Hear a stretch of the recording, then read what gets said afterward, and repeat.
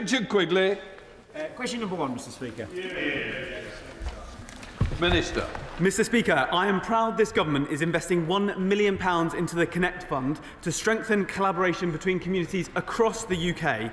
And Mr Speaker, I know you are a dedicated supporter of our veterans, so we'll be pleased to hear that I visited the Castle Community Trust recently in Belfast, where through this funding they are bringing together veterans in Belfast and Shrewsbury to overcome social isolation. Whatever part of the United Kingdom you are in, will you have our support to tackle shared challenges? Richard Quigley. Thank you, Mr Speaker. As an MP representing both an island and a significant veteran community, where 1 in 10 homes on the Isle of Wight West is a home to a veteran, I know how crucially effective community relations funding is. Will the Minister commit to working with Cabinet colleagues to explore adapting successful Northern Ireland GB initiatives, such as the excellent Connect Fund he mentions, so that similar tailored support can be delivered on the Isle of Wight to ensure our veterans receive the recognition and assistance they deserve? Minister. I thank my honourable friend for his question. I'm happy to speak to colleagues about the success of the Connect Fund and how it works. He should know that applications are open to anyone across the United Kingdom, provided they are working with a group in Northern Ireland, and I would be delighted to see applications from his constituents if they wish to do that. Hannah. Collaboration between groups across the Irish Sea is very welcome. Those relationships will always be cherished. Unfortunately, Brexit really impacted the ability of those groups to serve and support people, and that was a consequence of the failure to plan for the constitutional change of Brexit. Regardless of the Minister's own views on Northern Ireland's future, that issue is the subject of increased engagement and debate. The SDLP acknowledges that we are not at a tipping point towards a referendum, but the Secretary of State was wrong to say there's no appetite. Does he acknowledge that it is perfectly possible to work to improve the region in the here and now, while also planning for the constitutional future that is a new Ireland, as the SDLP is doing? The Secretary of State has been clear that currently there is no evidence that there is a majority in favour of constitutional change. Of course, we defend the principle of consent and the right of the people in Northern Ireland to determine their constitutional future. It is totally legitimate for people to advocate for the future they want to see. Thank you, Mr Speaker. Does the Minister agree that reported attempts to extend European Parliament observer status to politicians in Northern Ireland are bound to inflame tensions between communities in Northern Ireland and between communities in Northern Ireland and Great Britain? And will he say that the UK government will have absolutely nothing to do with this attempt to break up our United Kingdom? Minister. Thank you. I thank the honourable member for his question. I've seen no such proposals, and we have engagements in place with the European Union to ensure there's engagement with Northern Ireland on any matters that might impact it. Gavin Robinson. Mr Speaker, the Minister of State will be enjoying his opportunity to travel across Northern Ireland and see some of the wonderful groups that we have, but he knows the strength of this United Kingdom, and he knows that increasing the bonds across Northern Ireland, Scotland, Wales and England are crucially important. He should know that the last government, and supported by his Labour colleagues, agreed that through the East-West Council there should be educational collaboration so that our young people can mix with one another and draw upon each other's strengths. Could he indicate how many times he believes the East-West Council has progressed that matter and what plans he has to strengthen those bonds? Minister. I thank him for his question. I look forward to the next meeting of the East-West Council. He'll know I met with Minister Given to discuss education matters and how we can ensure that those students in Northern Ireland have the best education possible. And I agree with him about the importance of shared bonds, and I hope we can progress that further. Gavin Robinson.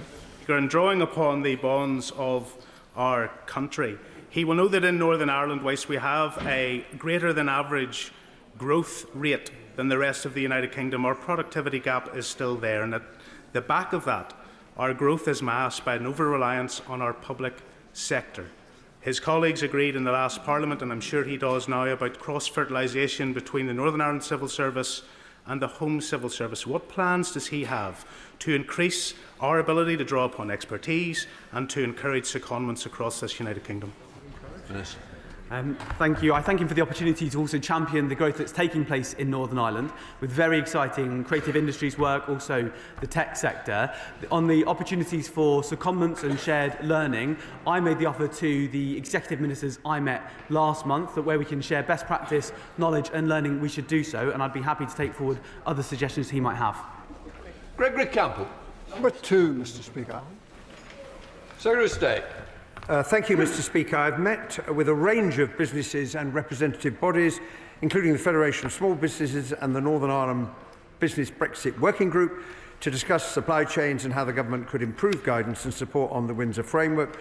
I will continue to take this feedback into account as we respond to the recommendations made by Lord Murphy in his report. Gregory Campbell. Thank you, Mr Speaker. I thank the Secretary of State for his response. Will he step up his efforts to ensure that there is no disadvantage to companies trading within Northern Ireland? And more specifically, further to that, he will be aware of the potential threat Chinese-built buses may pose. And given that there are excellent UK-made zero-emission buses built in Northern Ireland at Wrightbus, will he liaise with the Department for Transport and mayors here in GB to ensure that purchases of those buses with no security risk is infinitely preferable to those made in China? Well, I join the honourable gentleman in drawing attention to the wonderful zero-emission buses that are being produced at Wrightbus, which I've had the pleasure of visiting, I think, 2 or 3 times. They're brilliant. One sees them on the streets in the rest of the United Kingdom, and there's a very good reason to buy UK-made buses from Northern Ireland so we can see more people travelling on them, and that is an option that is open to local authorities. Tony Antoniazzi.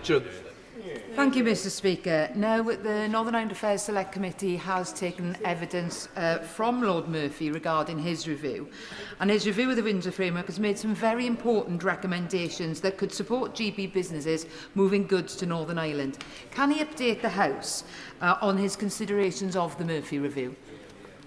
Well, I am continuing, Mr Speaker, to give careful consideration both to what Lord Murphy has said, the Independent Monitoring Panel, the FSB, and other recommendations. There's a lot of similarity in the points that are made about steps the government could take to provide better, easier to access guidance for businesses to enable them to move goods from Great Britain to Northern Ireland, and we will set that all out when we formally respond to his review, which we must do early next year.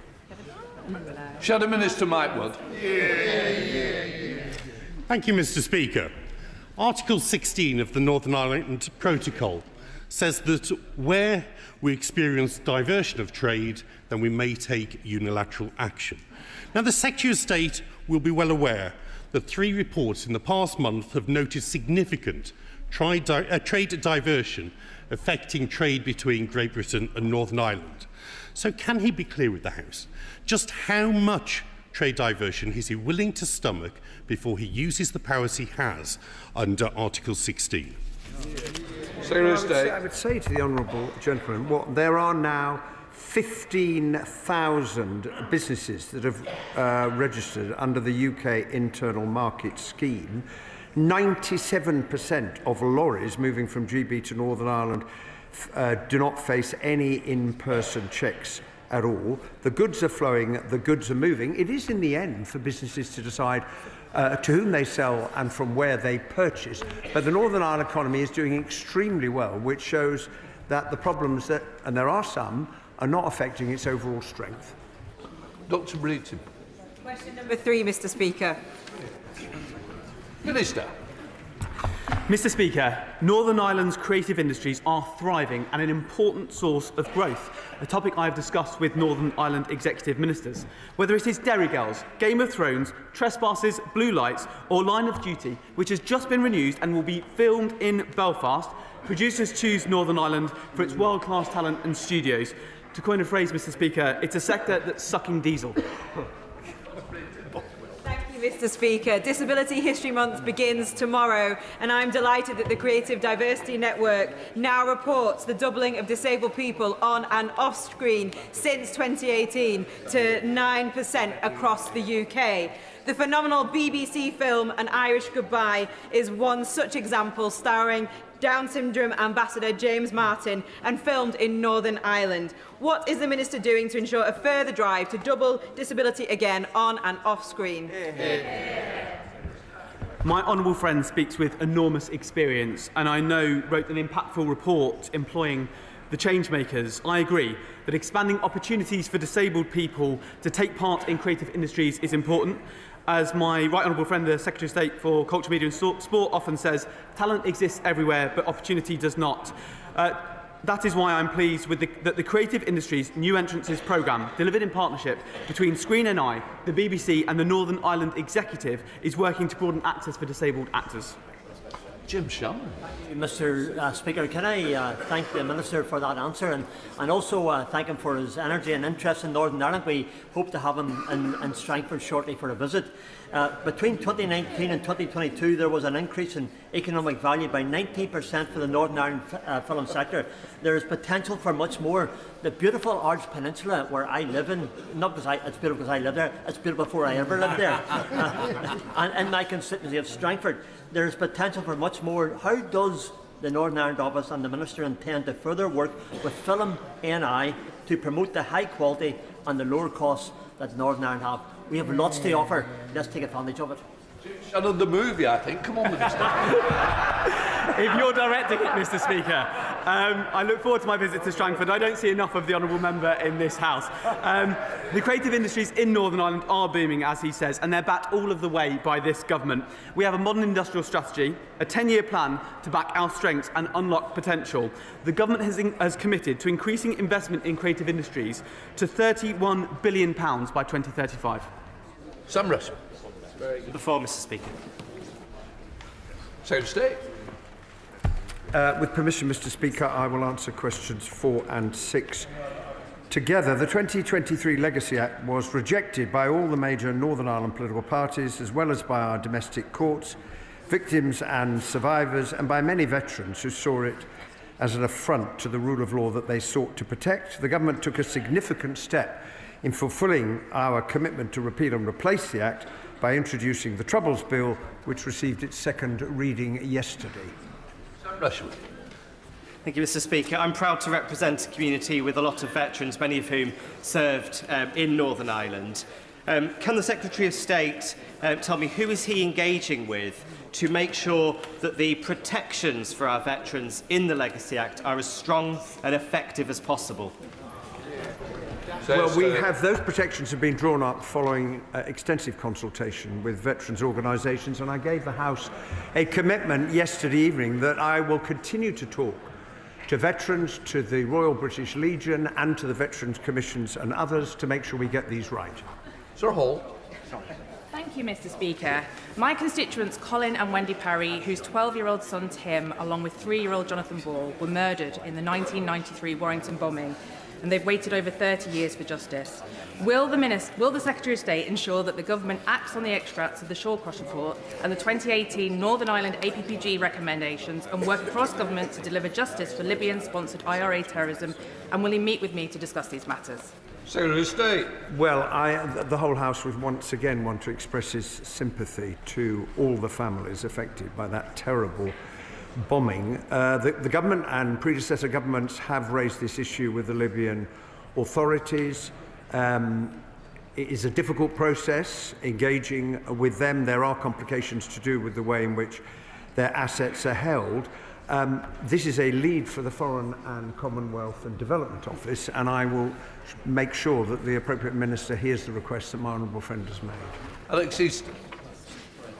Thank you, Mr Speaker. Secretary of State, isn't it the reality that this legislation has failed to win the confidence of many who served? And that's what is now needed, are clear, robust protections against repeated investigations so that we honour our veterans in practice and not just in rhetoric. Well, I say to the honourable gentleman, those protections, including against repeated investigations, are clearly set out in the bill that the House gave a second reading to yesterday, and I hope that as people come to understand that they're there and how they work, they will offer the reassurance that he is looking for. Jim Allister. Yesterday in the second reading, the Secretary of State gave an undertaking that he would not appoint any paramilitaries to the victims and survivors group.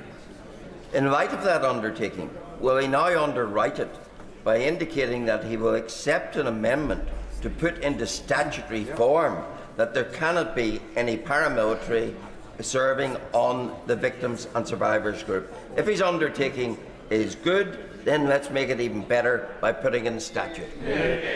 Well, I think from memory, Mr. Speaker, I gave that undertaking 3 times at the dispatch box yesterday, and I hope that it would provide the honourable member with the assurance that he is looking for, because I'm quite clear no one with that record is going to be appointed to the Victims and Survivors panel. Morass, Mr. Speaker, yesterday, along with the Veterans Minister, I met with a group of Special Forces veterans based in Cornwall. The Legacy Act's immunity scheme, which would have enabled immunity for terrorists and other key provisions, were ruled against by our domestic courts. Isn't it the case that any new government would have had to have dealt with this? Well, that is indeed the case. My honourable friend is absolutely right. It was quite wrong to have brought forward legislation to seek to give immunity to terrorists, which is what the last government's Legacy Act did, and that is probably the principal reason why it had no support in Northern Ireland, including from victims and survivors, because there is a fundamental principle: we believe in the rule of law and it should apply to everyone, and that is why the government is acting in the legislation to finally, and the remedial order, to finally lay that failed attempt at immunity to rest. Gregory Stafford. Thank you, Mr. Speaker. Can I ask the Secretary of State was the Irish Deputy Prime Minister, Simon Harris, wrong when he said that there were no new protections for veterans in the Troubles Bill? Well, there clearly are new protections. There clearly are new protections for veterans in the Troubles Bill set out throughout the legislation that were never in the previous legislation that the last government passed, and we've laid them out to the House, and the veterans community and others can see clearly what they are. Alex Burkhardt, Shadow Secretary of State. Thank you very much, Mr. Speaker. On the 15th of August 1998, in Omagh, the real IRA murdered 29 people, including a woman who was pregnant with twins. It was the deadliest attack of the Troubles and the most wicked. Following the 2021 recommendation of Mr. Justice Horner, the last Conservative government launched the Omagh inquiry into whether there was anything that UK state authorities could have done to prevent the bombing. But the bombers planned and launched their attack from the Republic of Ireland. And this was why Mr. Justice Horner also said there needed to be an independent inquiry in the Republic to ask whether Irish state authorities themselves could have done anything. Given that the UK's inquiry was announced 3 years ago, has the Secretary of State raised the question of an inquiry in the South with his counterparts on his recent trip to Dublin? Well, I have in my conversations with the Irish government raised that question. It is, of course, for the Irish government to decide whether they wish to hold a public inquiry, but as the honourable gentleman will be well aware, the Irish government has committed to cooperate fully with the inquiry the last government established, both through the Memorandum of Understanding on the provision of information and the commitment they have made to legislate to allow witnesses to give evidence to it. Now, look, I thank the Secretary of State for his answer, and I am aware that the Republic is sharing information with our inquiry.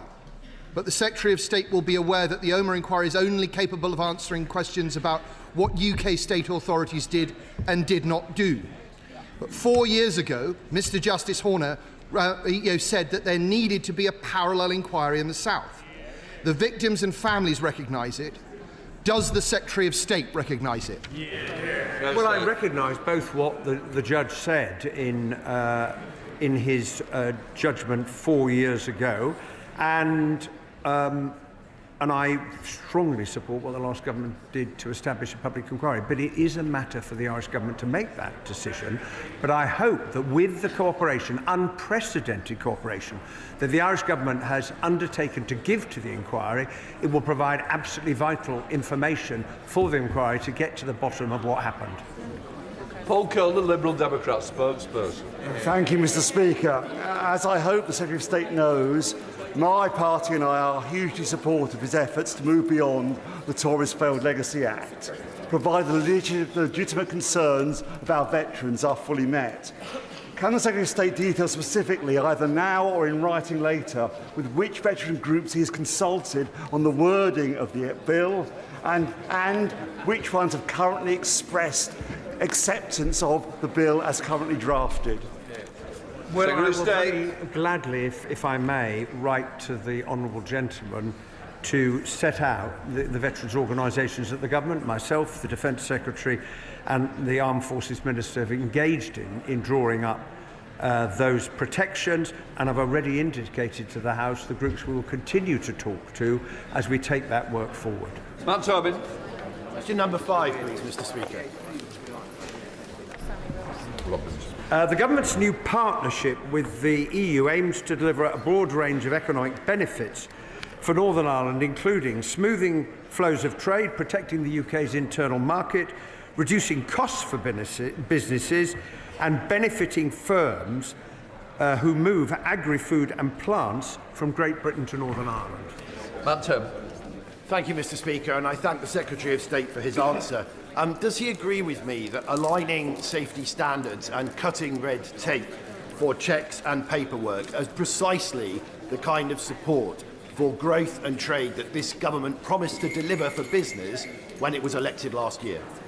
Well, I do agree with my honourable friend on that, and that is why the partnership agreement reached with the EU back in May was so widely welcomed in Northern Ireland, particularly by those in the agri-food sector, because as we take that forward and turn it into a full SPS agreement, it will bring enormous benefits to firms that are moving those products across the Irish Sea from Great Britain to Northern Ireland. Robin Swan.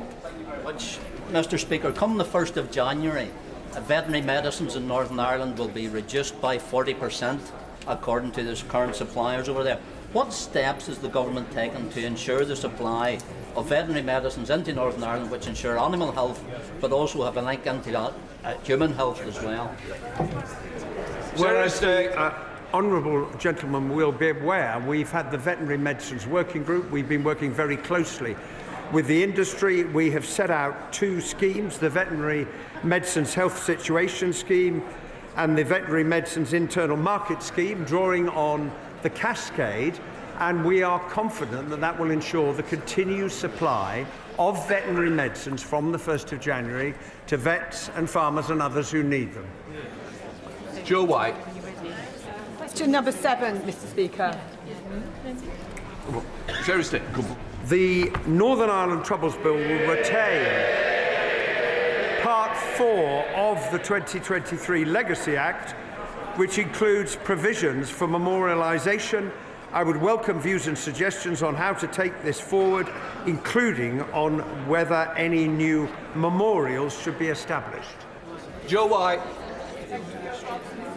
On the 5th of April 1979, an IRA sniper fired an armoured vehicle as it entered Anderstown RUC station, killing Blues Royal Serviceman Anthony Dykes. My constituent, whose mother, Kathleen, now aged 94, has never let his memory go. She told me her son is a forgotten soldier. There are monuments for soldiers killed in Afghanistan and Iraq, but nothing for those who served in Northern Ireland. Kathleen is now very frail. I am her voice today, asking government to commit to a national memorial.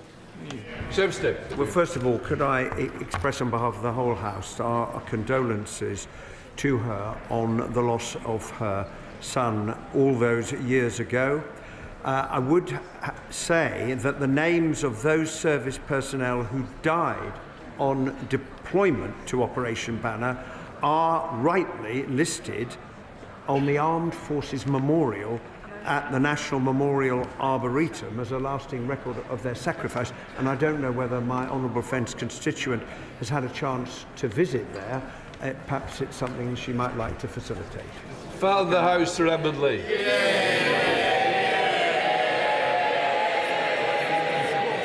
Many thousands of our brave troops served in Northern Ireland, and many gave their lives for peace and for our country.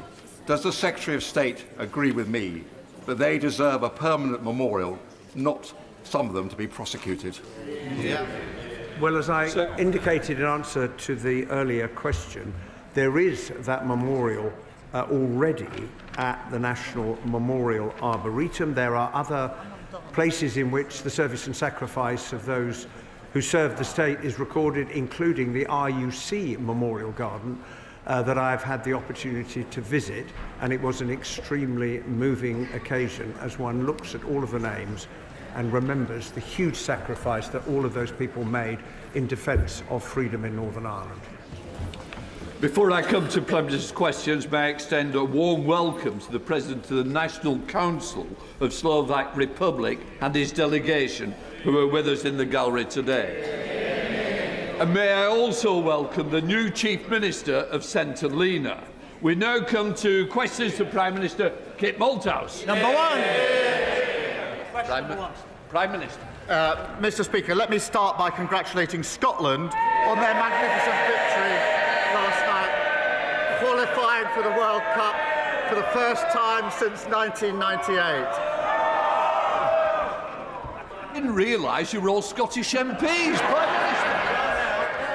Mr Speaker, they qualified with fantastic goals, including a cracker from former Arsenal player Kieran Tierney, who was always a great favourite with the fans.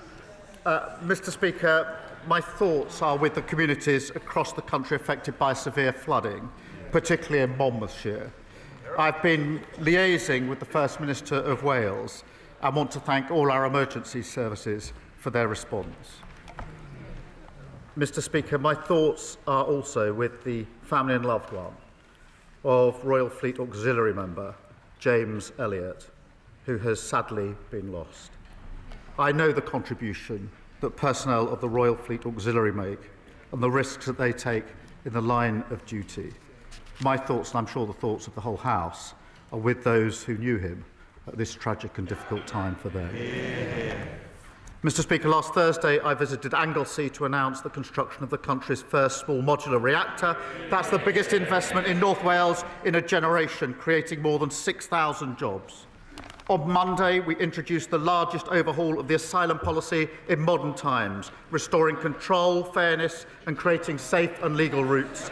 And today I'm pleased to announce that inflation is coming down. There's more to do, but it's an important step. Mr Speaker, this morning I had meetings with ministerial colleagues and others. In addition to my duties in this House, I shall have further such meetings later today. Mr Speaker, many of us are becoming concerned that technical or procedural manoeuvres outside of this House may be used to prevent Parliament reaching a decision on the terminally ill adults bill. Now, the government is neutral on the bill itself, but I presume it's not neutral on the issue of democracy or the primacy of this chamber. So could the Prime Minister please reassure the House that the decision of elected members, and indeed the wishes and hopes of the vast majority of the people we serve, will not be frustrated in this way? Prime Minister. Can I thank him for his question? I know he feels strongly about this issue. As he says, the government is neutral on the passage of the bill. It is a matter of conscience, so there are different and respected views across Parliament, and it is for Parliament to decide in the end on any changes in this chamber. Scrutiny of the bill in the Lords is a matter for the Lords, but the government does have a responsibility to make sure that any legislation which passes through Parliament is workable, is effective, and of course enforceable. John Trickett. Thank you very much indeed, Mr Speaker. And the party opposite in government said that they would level up the country, but in fact they left the country divided. Half austerity, in deindustrialisation, stagnant wages, all took the heart, ripped the heart out of mining communities like the ones I represent. Everywhere you can see the legacy which the party opposite left. And how can it be right that the hard-working, loyal people in my constituency earn £400 a week or £20,000 a year less than people who live in Kensington? So will the Prime Minister now declare that it is the government's moral purpose to eliminate economic injustice, starting with the budget next week, announcing massive investment in the north and wherever else poverty and low pay raised its head. Well, can I thank him for raising this important issue, because they laugh, but working people paid a very heavy price for 14 years of economic failure. Austerity damaged the economy and decimated public services. A botched Brexit deal stifled growth, and the reckless borrowing on the mini-budget saw mortgages and the cost of living soar. He's right to raise this issue. We're determined to tackle inequality. He'll be pleased to know that under this government wages are up, but we need to do more. We've had a pay increase for the 3.5 million lowest paid, and the Chancellor will deliver a budget based on Labour values. Kemi Badenoch, Leader of the Opposition. Thank you, Mr. Speaker. And can I associate our side of the House with the remarks the Prime Minister made about James Elliott? Can the Prime Minister tell us why his government is the first government in history to float increasing income tax rates only to then U-turn on it all after the actual budget? I'll inform you the budget's actually next week rather than after the budget's only got 1 week to go. But I can tell her it'll be a Labour budget, Mr. Speaker, with Labour values. That means we will concentrate on cutting NHS waiting lists, cutting debt and cutting the cost of living. And because of the decisions we've already made, inflation is down this morning. The Bank of England have upgraded growth.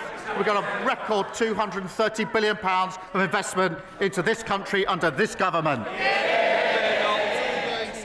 Mr. Speaker, he says the budget is next week, but we read all about it in the papers. This is the first budget to unravel before it's even been delivered.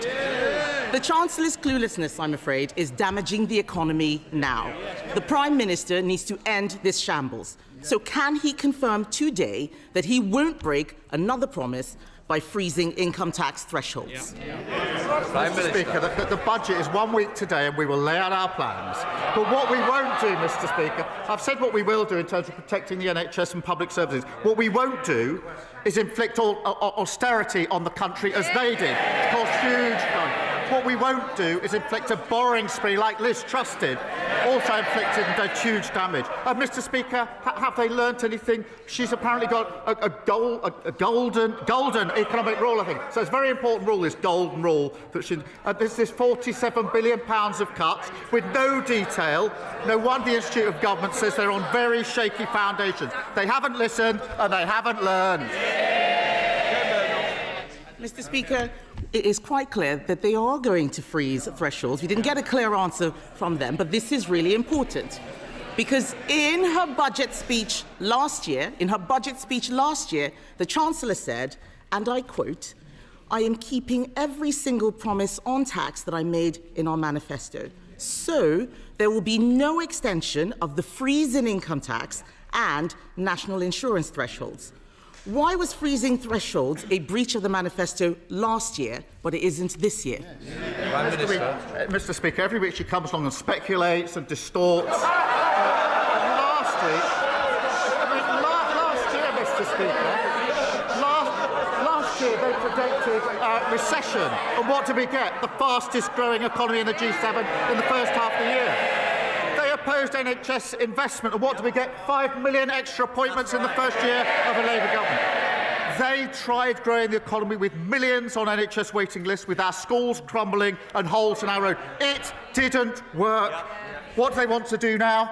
Go back to the same failed experiment. Mr. Speaker, he talks about speculation. The only people who've been speculating are his government every single day for the last 3 months. And he mentioned inflation in his last answer. Inflation has nearly doubled since they came into office. He wants a round of applause because it's come down a little bit. I will remind him that food inflation is up 4.9%. That is making life miserable for all of those people out there. But let's go back to thresholds, because this is important. When the Chancellor made that promise to unfreeze the thresholds, it wasn't an off-the-cuff comment. She said it on the floor of this House in her budget speech. That was a deliberate statement of government policy. So if she breaks such a clear promise, how can the public trust a word that she says next week? Mr. Speaker, she talks about inflation. It went to 11% on that. 11%, and the country is still paying the price.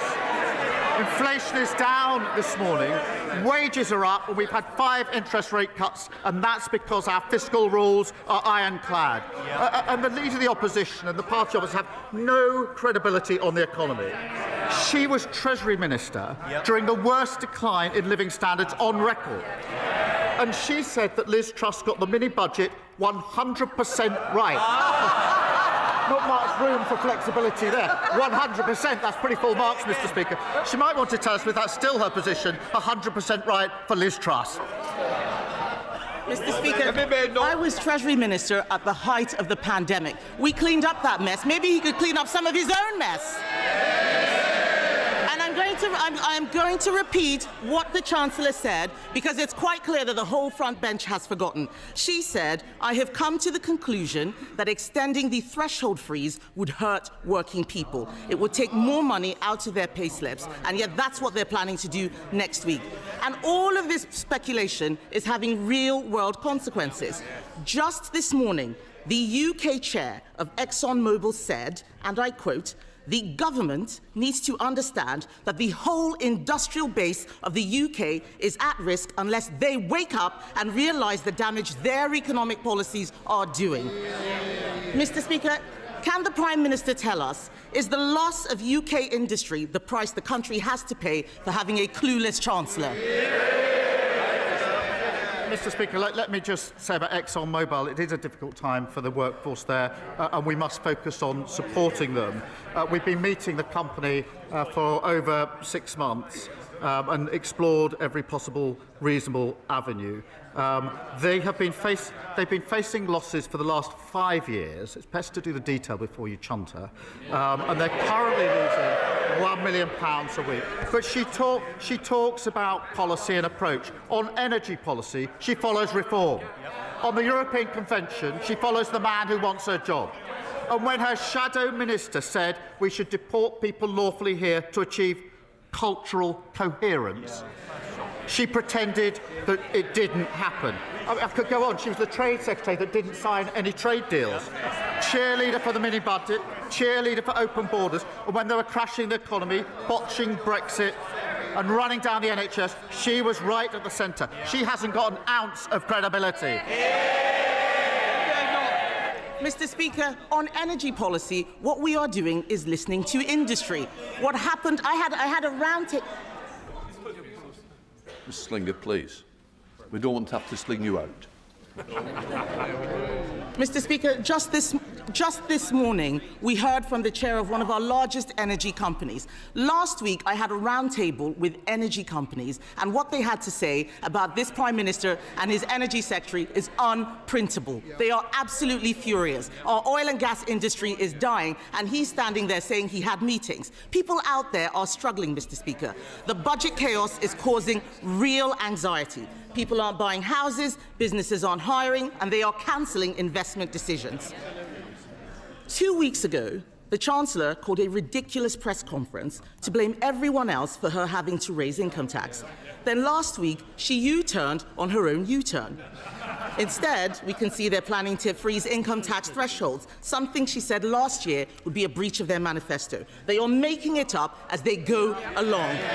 Doesn't the country deserve better than government by guesswork? Mr. Speaker, either we renew our country with Labour or we go back to austerity 2.0 with reform of the Tories. They left waiting lists at record highs, almost 1 million more children in poverty, and they wrecked our public services. She comes here to talk down the country. We're turning the page. More NHS appointments, free breakfast clubs, free childcare, more homes and better public services. That's what we're fighting for, a Britain built for all. Lord Hatton. Mr. Speaker, standing in the heart of Weymouth, the Rectory is an iconic building. Formerly a theatre, once a bustling cinema, and then a popular pub as well. And yet, for more than a decade, this building has stood empty. We want to turn this building into a thriving centre for arts and culture, hosting exhibitions and celebrating everything that makes Weymouth unique. So will the Prime Minister work with me and all the key players on the ground to revitalise the rectory and reopen this fantastic building for our town? Prime Minister. Well, my honourable friend is a brilliant champion for South Dorset. And he's right to champion revitalising our high streets. The Minister for Heritage would be delighted to discuss how we can get this iconic building reopened as he wants. I'm pleased that Weymouth secured £20 million in Pride in Place funding, giving his community the power and resources to make a real difference to people's lives. Sir David, Leader of the Liberal Democrats. Thank you, Mr. Speaker. Can I associate myself with the Prime Minister's opening remarks? And can I also join with him in congratulating Scotland on their amazing win against Denmark and wish them well in the World Cup? And can I also say I hope Wales soon qualifies to join England and Scotland? But Mr. Speaker, every year there are more than 300 suicides related to problem gambling. It affects hundreds of thousands of families, tearing them apart. Meanwhile, online gambling firms are taking in record revenues of over £7 billion a year. Now, ITV News are reporting that one of them, Sky Bet, is moving its headquarters to Malta so it can save tens of millions of pounds in corporation tax. Does the Prime Minister agree with me that it's time that we tax them on their UK profits so these online gambling firms don't escape wherever they are registered for tax? Prime Minister. Well, can I join him on wishing Wales well and Northern Ireland? I'd like to see all four nations in the finals. But look, he raises the really important issue of suicide, and it's Men's Health Day, and it is really important. And I think the whole House would want to work together on anything that can prevent suicide. I think if all of us think about individuals we may know who lost their lives through suicide, it's something that touches almost every one of us and all of our families as well.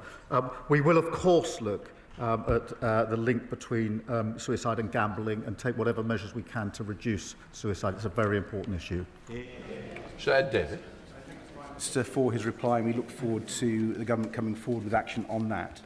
On another domestic matter, Mr. Speaker, next to the River Cherwell in Oxfordshire, a field is now covered in an enormous mound of rubbish, 150 metres long and up to 12 metres high. The water is now lapping against the waste and carrying it into the river. It's just one of many sites, Mr. Speaker, where organised criminal gangs are illegally dumping their waste onto our countryside and getting away with it. This is a shocking environmental emergency. So will he instruct the Environment Agency to clean it up now? Firstly, these are utterly appalling scenes. Utterly appalling. A criminal investigation, as he knows, is underway, and specialist officers are tracking down those responsible. The Environmental Agency, in answer to his question, will use all available powers to make sure that the perpetrators cover the cost of the clean-up, which must now follow. We have boosted the Environment Agency's budget for tackling waste crime by 50%, given councils new powers to seize and crush fly tippers' vehicles, and lawbreakers can now face up to 5 years in jail. Dominigo. Thank you, Mr. Speaker. Immigration is the #1 issue on doorsteps of Bristol North East. Most people will ask me about it. They want a firm, but also a fair approach, but have been let down over many years. Controlling our borders and knowing who comes is essential, not least to integration. Mr. Speaker, what can the Prime Minister say to my constituents in Bristol North East that will give them assurance that the reforms that the Prime Minister and the Home Secretary are proposing, which I support, will be firm, but will also be fair? Prime Minister. I'm proud, Mr. Speaker, to lead an open, tolerant, generous country. To maintain that principle, we must restore order and control, fix the utterly broken system left by the party opposite, and end the division that others seek to exploit. That does include creating safe and legal routes, recognising those who contribute, integrate and strengthen our society, while at the same time reducing illegal arrivals and removing those with no right to be here. That is a fair, progressive system that meets modern challenges. Jim Allister. Mr. Speaker, the governments of France, Germany and the United States have all extracted from Libya compensation for their citizens who were affected by Gaddafi-led terrorism across the world. Why, Prime Minister, is the British government continuing to fail United Kingdom citizens who suffered to a huge extent through the importation of arms and, in particular, the tons of Semtex that Gaddafi supplied to the IRA, giving rise to Enniskillen, to Warrington, to the Baltic Exchange and multiple others? Why is no compensation being extracted from Libya for our citizens when it can be done for others? And will the Prime Minister at least meet representatives of the almost forgotten but still campaigning families for those affected by Gaddafi's terrorism? Well, Prime Minister. So many suffer from Gaddafi, and he's absolutely right to raise this really serious issue, and we're working hard on it. I'll absolutely make sure that the meeting he asks for is set up with the relevant minister so that we can give the full position and take on board what they have to say. Luke Charters. On International Men's Day and in the spirit of Movember, I want to be open about my own past mental health challenges in the hope that it might encourage other men to do the same. And during the traumatic birth of my first son, I nearly lost my wife, and a dark cloud settled over me. A cloud lifted through conversation and support, and through the safe arrival of my second son, and bright days lie ahead. I'm joined in the gallery today by Mike from York Menfulness, a fantastic charity giving men a place to talk. So will the Prime Minister, as a dad himself, agree with me that strength as a man means being open about our emotions and that we should never face into challenges on our own? Can I thank him for his honesty? It's never easy to stand up and say what he's just said. And I hope he understands just how important that is for others who will be suffering, who will be inspired to be able to talk openly about their experiences and, importantly, get the help that they need. I'm really proud to publish the first ever men's health strategy today to tackle challenges that disproportionately affect men, including certain cancers and suicide, which is tragically the biggest killer of those men under 50. So we will invest millions in helping more men access mental health support, better care for former minors, and rolling out at-home blood tests to tackle prostate cancer. But I do thank him for speaking out. I think it's so important, it's so brave. It's been done across the House. This isn't a party political issue, but it's always very powerful when it's done, and it's a model for all of us. Thank you, Mr. Speaker. Given the government's desire to improve educational outcomes and the well-being of our children, it is ignoring the elephant in the room. This morning I hosted a really powerful round table with 3 secondary head teachers who spoke about the transformational effect that a complete ban on smartphones in their schools had had. Improved behaviour, increased focus, far fewer safeguarding issues, and most importantly, happier children. But for them it has been really hard won, and it's sunk a huge amount of time. So will the Prime Minister tell me and the thousands of head teachers out there who are crying out for this change why his government won't back them with a ban on smartphones in schools? Prime Minister. I thank her for a question. It's a really important question. I've got teenage children in secondary school, and I know it's an issue of concern to parents and teachers. The reality of the statistics are that the vast majority of schools already ban smartphones at school. They allow children to bring their phones to schools, but they ban them in school time in lessons. Of course, we will always keep this under review. We've got to take steps that will be effective. I agree with the sentiment of what she's putting to me. We need to deal with it effectively. Andrew Peggs. Thank you, Mr. Speaker. One of the worst legacies of the last Conservative government was the collapse in apprenticeships for young people in places such as Peterborough, shutting a generation out of opportunity. Mr. Speaker, my city is determined to turn that around, with places like Peterborough College, like many of our colleges, leading the charge. whilst I welcome the government's reform, I still speak to too many young people who can't access the training they need to rebuild Britain. Will the Prime Minister set out what more we can do together to ensure Peterborough's young people get the good jobs and apprenticeships they deserve? Prime Minister.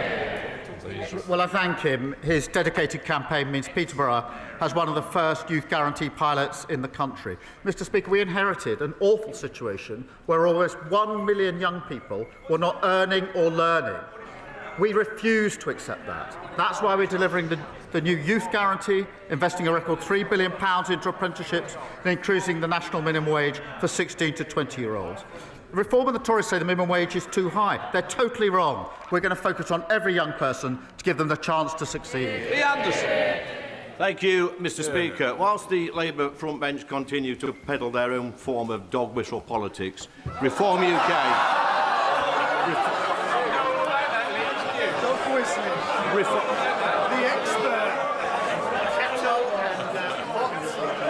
Reform UK are cracking on with the day job. Our reform-led councils are reform... Can I just say, you might say it's the way he tells them, but it might be worse. It's the way I tell them. Lee Anderson. Thank you, Mr. Speaker. Our reform-led councils have already identified savings of over £330 million in the first 6 months. And the Prime Minister may shake his head propped up by these gullible backbenchers, but here's the challenge. Will he ensure that all the cancelled elections from this year and the proposed local elections for next year will go ahead in May 2026? Go on, be a man. I didn't realise he's quite so good at stand-up comedy. Mr. Speaker, he talks about dog whistle. Last week, his leader said he didn't have time to condemn the racist comments of his fellow MP for Runcorn. He also said he didn't have time to condemn his party calling children in care evil. He didn't have time. I wonder if he can ask his leader next door to him whether he's got time for his explanation for the stories in today's papers.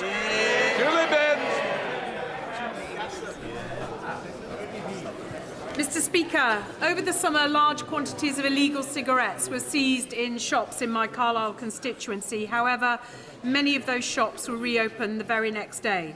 Does the Prime Minister agree with me that we have to make it easier for these shops to be closed down permanently so we put out of business forever these criminal networks? Prime Minister. Can I thank her for raising this? Because there's been a surge in response to illegal shops selling products they shouldn't be selling and not paying their taxes. It's very important. Raids in October, Mr. Speaker, saw over 900 arrests, almost £11 million of criminal profits were seized, and almost £3 million of illegal gear was destroyed. We need to go further to protect our high streets. That's why we're giving councils powers to prevent certain shops from even opening, supporting them to deal with unwanted shops, and through the tobacco and vapes bill, cracking down on rogue retailers who break the law. Just Barbara. Thank you, Mr. Speaker. Eastbourne resident Pam was given a cheque for £125,000 by her terminally ill partner, which she went on to cash in. But an error by the bank, Barclays, meant that only £125 was deposited. Barclays admitted the error and then said that they will compensate her for £250 for the inconvenience caused. What? Will the Prime Minister work with me to ensure that Barclays Bank pays Pam the compensation that she needs and deserves? And while we're here, will he commit to imposing a windfall tax on the banks like Barclays on their excess profits to bring bills down for residents struggling? Prime Minister.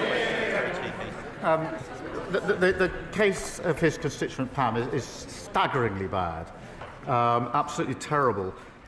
If he could provide me with the full details of it, I will make sure that the government joins him in doing whatever we can in relation to his constituent. And before I sit down, may I take a moment to send my warmest congratulations to the honourable member on getting engaged, I think, on Thursday. The proposal, I think, was right here in Parliament. You never know what you might find in this dispatch box. But on behalf of my party, and actually I'm sure the whole House, can I wish him and Connor a lifetime of happiness. Connor Naismith. Thank you, Mr. Speaker. Crewe railway station is the gateway to the north and indeed the shop window for my constituency with an average annual footfall of 4.5 million people. I am working with Cheshire East Council on ambitious plans for Crew 360 to deliver much-needed investment into the station and into the land around the station, and we want to adopt the Railway Industry Association's Station Investment Zone proposals, which could deliver much-needed improvements in transport, housing, regeneration and economic growth. Does the Prime Minister agree with me that Crew would make a perfect pilot for these proposals? And will he agree to work with me to bring government departments around the table so that we can make these plans a reality? Minister. Well, I thank him for his question. Because of our actions, Mr Speaker, house building near stations like Crewe will now be a default yes.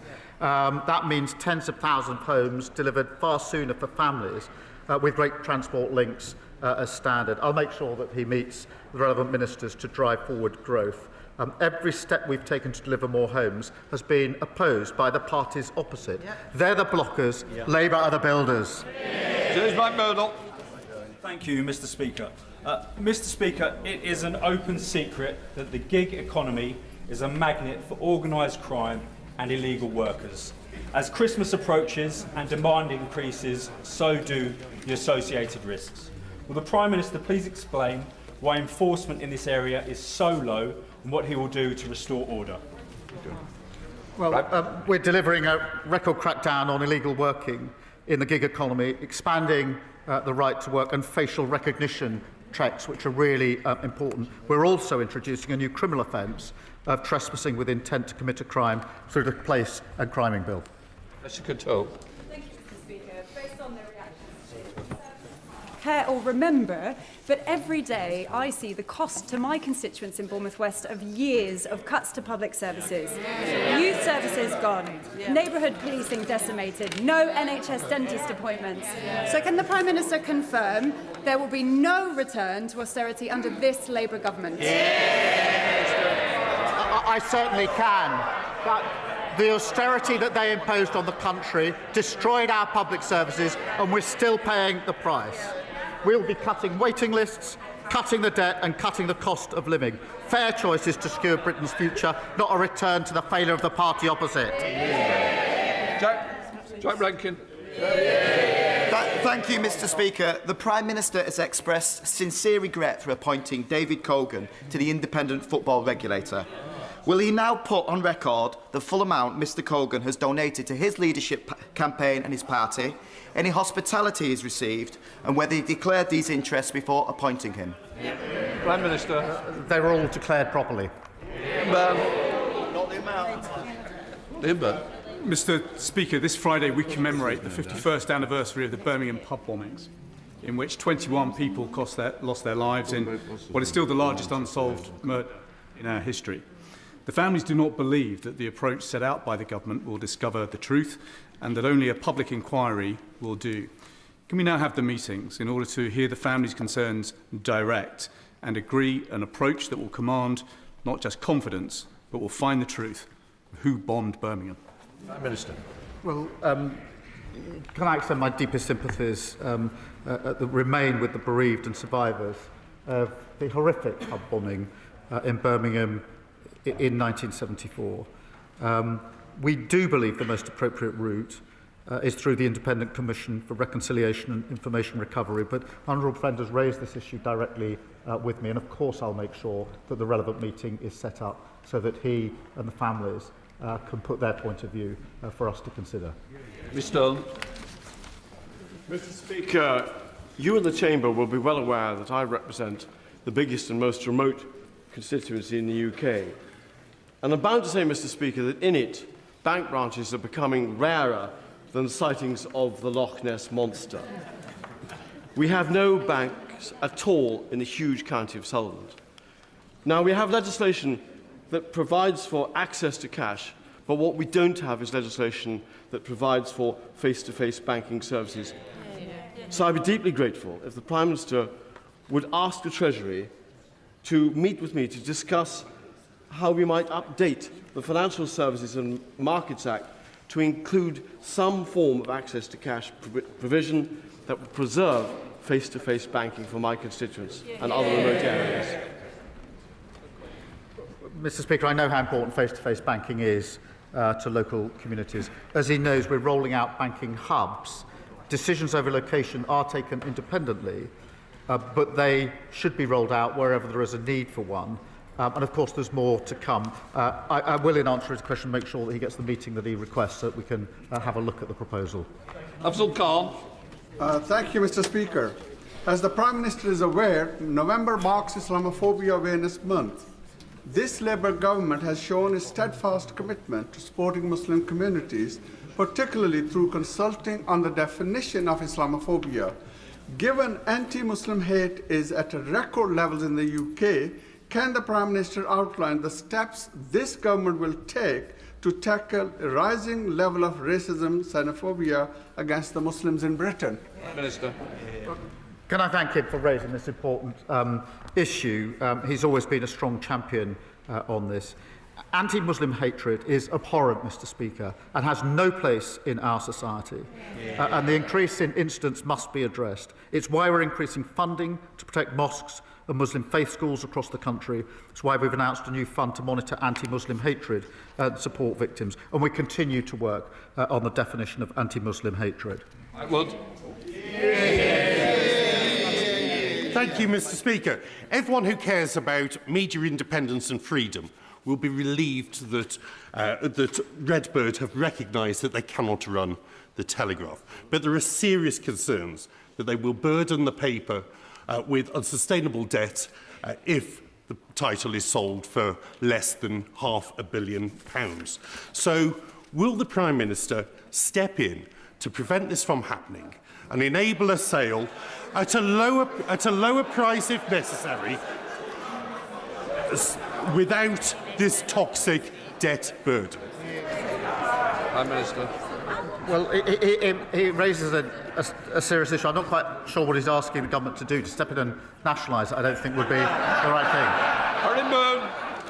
Whereas, Mr. Speaker, on the 5th of March at the Dispatch box, the Prime Minister said these words: "We do recognise Cornish national minority status, not just the proud language, the history and the culture of Cornwall, but its bright future.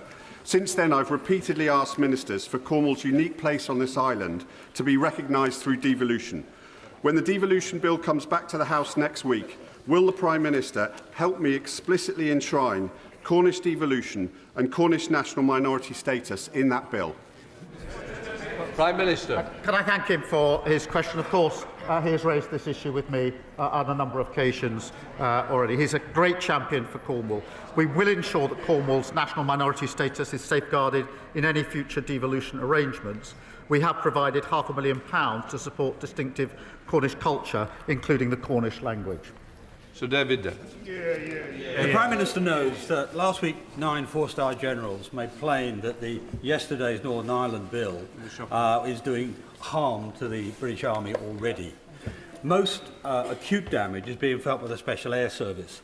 It's already affecting their recruitment, their retention, their morale and their operational effectiveness. As a result, lawyers acting for the SAS Regimental Association have sent a letter before action to the Secretary of State for Northern Ireland.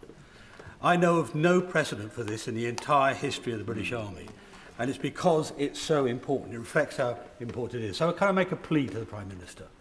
Will he involve himself personally to make sure that 60, 70, 80-year-old soldiers who have carried out actions which most of us would view as heroic are not persecuted in the coming years? Because now it's a matter not of national security, but of national honour. Can I thank him for his question and reassure him on the protections that he seeks for veterans, because it is a very important issue and he's continually and rightly raised it. There will be protection from repeat investigations, so the Commission doesn't go over old ground without compelling reasons. There will be protection from cold calling and protection in old age, so that elderly veterans are respected. And those who do contribute to the legacy process will have a right to anonymity, a right to stay at home to give evidence remotely, and a right to be heard through the Commission. That is the work that we're doing, and I'm happy to discuss it further with him. To end on the subject, no doubt we can expect is Scotland's victory total correct. Thank you, Mr. Speaker. When the Prime Minister next meets with the President of the United States, Can he ask him if he knows any reasonably priced hotels near the MetLife Stadium in New Jersey, where the World Cup final is to be held? And as we are about to provide the biggest boost to whisky exports since our trade deal was signed, can he ask the Chancellor to gently consider excise duties next week so we Scots can continue celebrating at reasonable prices? Prime Minister. I thank him for his question. On the question of whisky, it is important that we do everything we can to support whisky. I'm really pleased with the progress we're making with the United States and, of course, with India as well under the trade deal. I'll continue to discuss what more we can do with him. That completes Prime Minister's questions.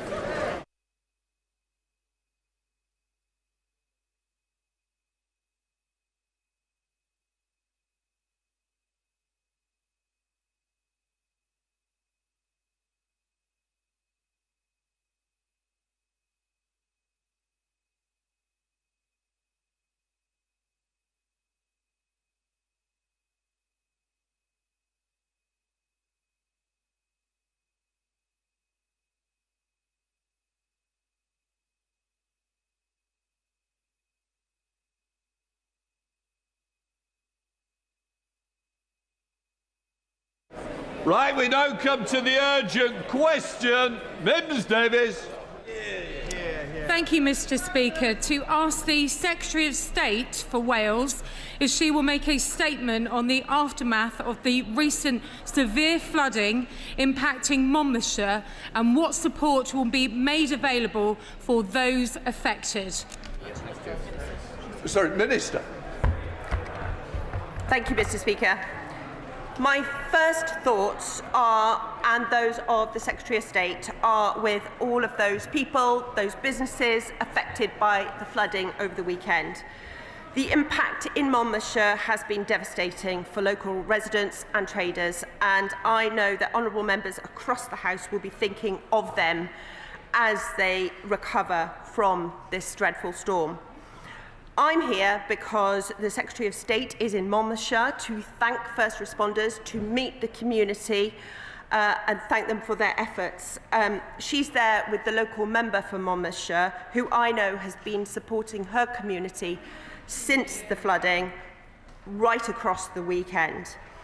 I also want to pay tribute to the emergency responders, local residents who've rallied together, and also to thank the Mayor of Monmouth, Jackie Atkin, who's raised a substantial sum of money for the community. As the House will be aware, flooding is a devolved matter. However, the Prime Minister spoke to the First Minister over the weekend and offered the UK Government support with the Welsh Government's response. I know that my ministerial colleague, who's here with me today, has also been in touch with the Deputy First Minister. The Environment Agency has offered support locally, including any mutual aid that may be requested by Natural Resources Wales, who operates in the area. And we know, as we see these events increasing, that it demonstrates why our climate response on flooding is so important. Today, the Flood Mobile, sponsored by Flood-Re, is in Monmouth. There is a mobile demonstration unit which showcases dozens of property flood resilience measures and techniques which can help keep homes and other buildings safer during a flood. That's reaching out to the community. And I would also bring honourable members' attention to what we're doing to support people to access insurance through our partnership with Flood-Re, a joint initiative between the government, the insurance industry, that ensures households at the highest risk of flooding can access affordable insurance. In the financial year 24-25 alone, Flood-Re provided cover for over 345,000 household policies. Whilst government officials have met with Monmouthshire Council over the weekend to discuss emergency funding, the Deputy First Minister was also there over the weekend to meet first responders and the community. And opportunities are being made available through Emergency Financial Assistance Scheme. The Welsh Government has been working very closely with the Council and all the emergency services, and has been ensuring that they have committed over £370 million to reduce risks to communities right across Wales. But I know the Welsh Government is working, doing everything they can at this very difficult time for the community and for businesses in Monmouthshire. Secretary statement. Mr Speaker, this weekend, tragic and heart-wrenching floods affected families and their loved ones, meaning evacuation from their properties in Monmouth after the River Monnow burst its banks. This, in turn, blighting businesses with devastating consequences. This horrific experience also hit hard nearby areas, including Abergavenny and Thrift Village. Now, there are desperate families and business owners across Monmouthshire who've lost their homes, their livelihoods. They've literally lost everything, with Christmas looming, a key time also for hospitality. I'd like to also thank the emergency services, all volunteers, many local councillors and the MS Peter Fox. They've done fantastic work around the clock to assist, safeguard and do what they can to help and support those impacted. It is now instrumental, without any delay, and the necessary vital support reaches every single person who's been affected by these devastating floods, so that their longer term needs are also met. Local people report that they don't have any clarity and answers and insight on what to expect beyond the initial rescue and this community kindness. They've been told discussions are ongoing. The First Minister outlined this week in the Senate some support, and the PM also offered support to Monmouthshire. So can the Minister provide details on what exactly practically this means on the ground in the coming weeks? Can the Minister also outline a time frame for when support will reach the people of Monmouthshire and what precisely it will entail? It's reported some insurance companies won't pay as they only meet storm damage, not flood damage. Locals want urgent resources, not endless form filling to the Senedd. They need urgent help now, and for it to be fast-tracked, they say, via the council. And finally, does the Minister agree with me? Time is of the essence in answering these vital questions to ensure residents' and businesses' anxieties do not worsen. I thank the member opposite, and absolutely she is right. Time is of the essence, and my heart absolutely goes out to all those impacted by this storm over the weekend. It is a dreadful thing to have to go through or see those that hard work that you've put in perhaps all your life, and see the business flooded, your home flooded. I can't imagine the trauma and the difficulty that those people are going through. As I said, the First Minister spoke to the Prime Minister. The Prime Minister reached out over the weekend to look at how support can be offered following the flooding. The First Minister has also been very clear in looking at how funding can be provided for those impacted in the least bureaucratic way possible.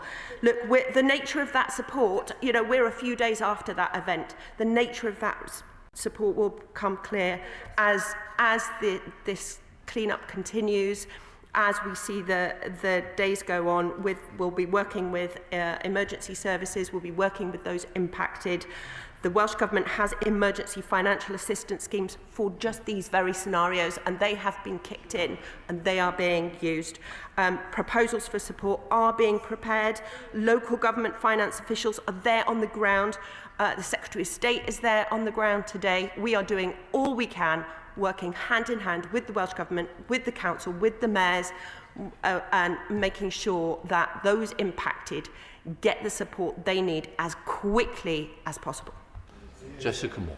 Thank you very much, Mr Speaker. My neighbour, the Honourable friend from Monmouthshire, is, as the very diligent representative she is, out as we speak in Abergavenny, and will join the Secretary of State in Monmouth shortly, meeting and listening to those affected by these devastating floods which hit Monmouth, Abergavenny, Skemford and the villages. She's asked me to say a very big heartfelt thank you to the emergency services, all the authorities, all those who've helped, and to thank the incredible community effort and many kindnesses shown over over the last few days, including offers of beds, homes, donations and more. Hundreds and hundreds of businesses and homes will be affected, and it will take many months to clear up. I know she's liaising with the Prime Minister, with departments, with the Welsh Government, and it is a devolved issue, and we'll have many asks. But can I ask on her behalf that we continue to offer support in the many ways that will be needed in the period? And I'm also mindful of other areas impacted by flooding, including my own.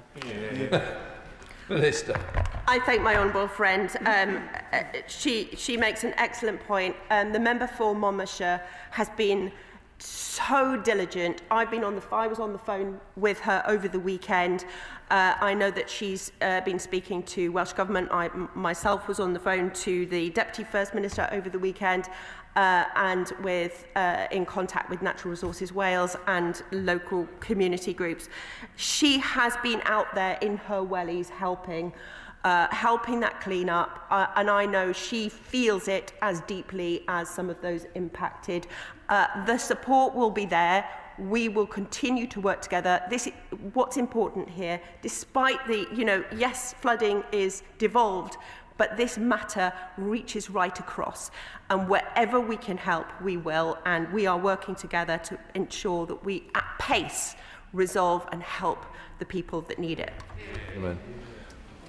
David Chadwick, Liberal Democrat spokesperson. Mr Speaker, the recent floods in Monmouthshire have been devastating for local communities, and our thoughts are with everyone affected as they try to return to some sense of normality. And I'd also like to pay tribute to the emergency services and everyone who worked so tirelessly to keep residents safe throughout this event. Last year, we saw attempts by multiple fire and rescue authorities in Wales to close small fire stations, which often house the equipment needed to respond to major floods like the ones we've just seen, with two of the proposed closures in my own constituency in Knighton and Crickhowell. Crickhowell being just a stone's throw away from Monmouthshire, and the services that are based there often go over the border just to help them. Could the Under Secretary of State clarify what engagements they've had with fire services in Wales on potential closures, and whether she agrees with me that it's vital we keep those small stations open to protect residents in rural Wales from devastating events such as the ones we've just seen? Minister.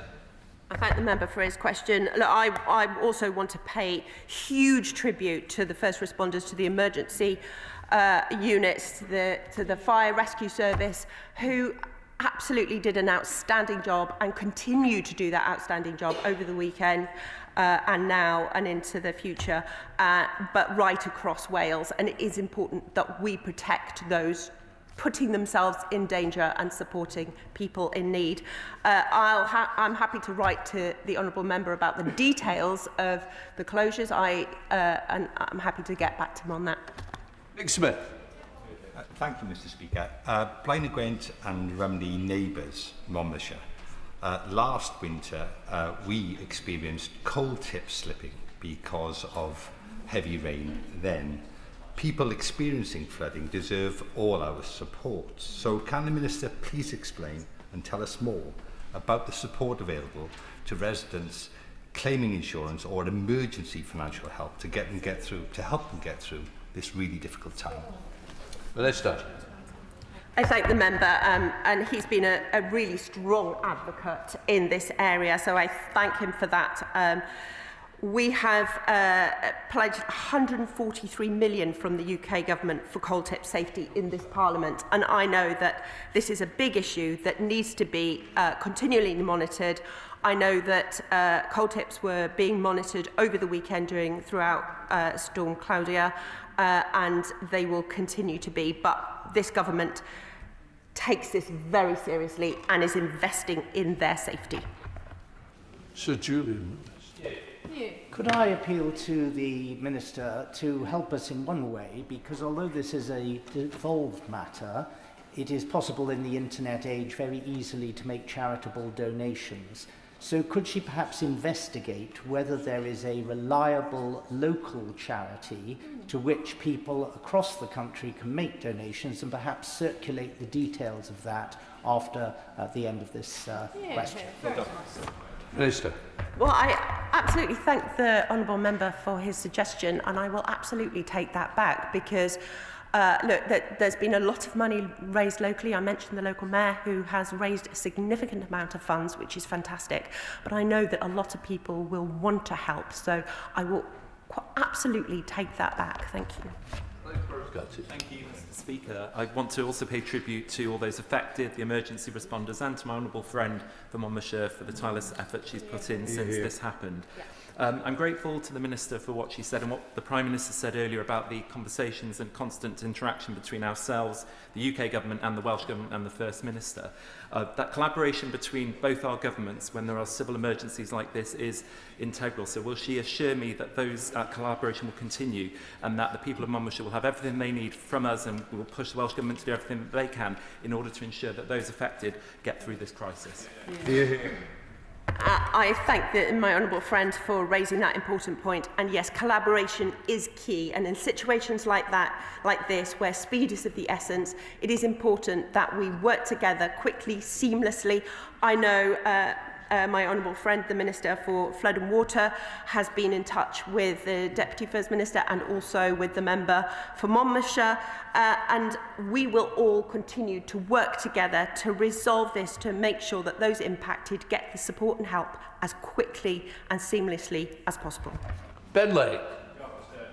I also associate myself with the comments and that the Minister for the Wales Office mentioned, and my thoughts are very much with the people of Monmouthshire as they try to get their lives back on track. She mentioned, quite rightly, that these severe weather events are increasing in frequency, and I wonder, further to the very wise words of the Honourable Member for Cardiff West, in addition to the collaboration between the two governments, in light of the increasing frequency of these severe weather events, I wonder whether it's also time for us to consider some sort of central resilience fund to help provide that additional emergency support, which sadly is becoming far too routine.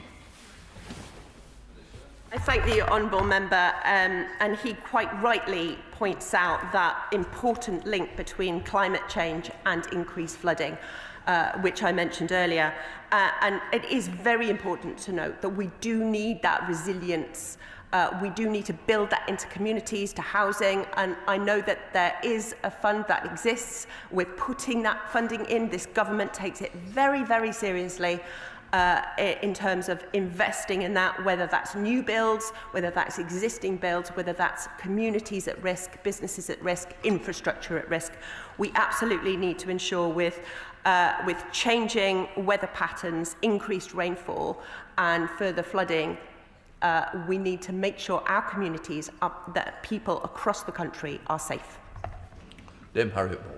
Thank you very much, Mr. Speaker. And on behalf of residents in flood-prone West Worcestershire who approached Storm Claudia with trepidation, I would like to convey our sympathies to people in Monmouthshire because it is one of the most terrible things that can happen to a community to experience a flood like this. And as the Minister has the flooding minister seated beside her, could she ask her colleague to follow up with the Environment Agency? They have 2 projects they're working on in West Worcestershire, in Sevenoaks and Tenbury Wells, to improve flood resilience, and I would love it if she would give the Environment Agency a nudge to complete that work. Well, thank you to the member, and I think my colleague has heard that loudly and clearly, and we'll get back to you. Cameron Thomas. Thank you, Mr. Speaker. There are few around the country more equipped to empathise with the people of Monmouthshire than my people in Tewkesbury and North Gloucestershire. Will the Secretary of State join me in thanking the volunteers of the Severn Area Rescue Association who were called out, as they so often are this weekend? Will she also tell me when her department will respond to the Environmental Audit Committee's report into flood resilience in England? Thank you. I thank the member for raising this and for his words towards the people of Monmouthshire. And also, you know, I pay tribute to his communities. It's important that we support communities wherever they are, right across the country. This government is intent on doing that. Well, Francois. Thanks, Although I'm not a Welsh MP, I'd like to express my sympathies for what the people of Monmouthshire are going through. In 2014, when I was the Armed Forces Minister in the MOD, I spent weeks in COBRA meetings helping to coordinate military assistance with the severe flooding in the West Country, particularly on the Somerset level. So can I offer a suggestion? We all hope that this will not happen again, certainly not quickly, but if there are further named storms, has the Minister, or indeed the First Minister, considered speaking to the Ministry of Defence about military aid to the civil authorities, so-called MACA arrangements? Because we learnt in 2014 there are some specialist units like the Royal Marines or the Royal Engineers who have capabilities to offer in these circumstances that can really make a difference to local people. Is that something she and the First Minister might at least be prepared to consider? Well, I thank the honourable member for raising that. And of course, where there are critical incidents, where there are major incidents such as the flooding in Monmouthshire, we are ready to consider anything. So, and where we need that support, the collaboration is important, and that it extends to all of our departments, and in every way possible, we will ensure that people, that businesses, that infrastructure is looked after, and that it can and would extend to defence if necessary. Thank you. Dr. Ellicott. Thank you, Mr. Speaker. My heart goes out to the people of Monmouthshire, which is just downriver from my own constituency of North Herefordshire. Terrible damage done. Also in South Herefordshire, places like Lewis Harold very badly affected. We know these things are happening more frequently and more severely. It's also tragic to see the huge amount of soil that is washed off the land at times like this. Does the Minister recognise the hugely important role that farmers play in managing floodwater, building resilience to these sorts of events? And will she invest more in nature-friendly farming, river-friendly farming, to help prevent these sorts of disasters that do so much damage to people's livelihoods? Well, I thank the member for raising that point, and it is exceptionally important for those who have a duty to their land to manage that land safely and ensure, you know, this does have a devastating impact. Soil is washed away, but there are things that can be done further upstream to prevent flooding. And I know that the Welsh Government has put in place projects right across Wales to ensure that that happens. And just this morning, I was talking to Powys about some of those taking place up in Powys County Council. Thank you, Mr. Speaker. Flood Re's report earlier this year highlighted that in the face of more extreme weather, more frequent flooding, many insurers are increasing excesses and premiums, often to eye-watering levels, or withdrawing insurance support altogether. So what immediate support is the government putting in place for people who find themselves without insurance? There is an emergency initiative, financial initiative that is available. So the Welsh Government officials are working with the community groups, with the local council and with ourselves to ensure that they have access to those emergency funds. That completes the urgent question. Front bench changeover.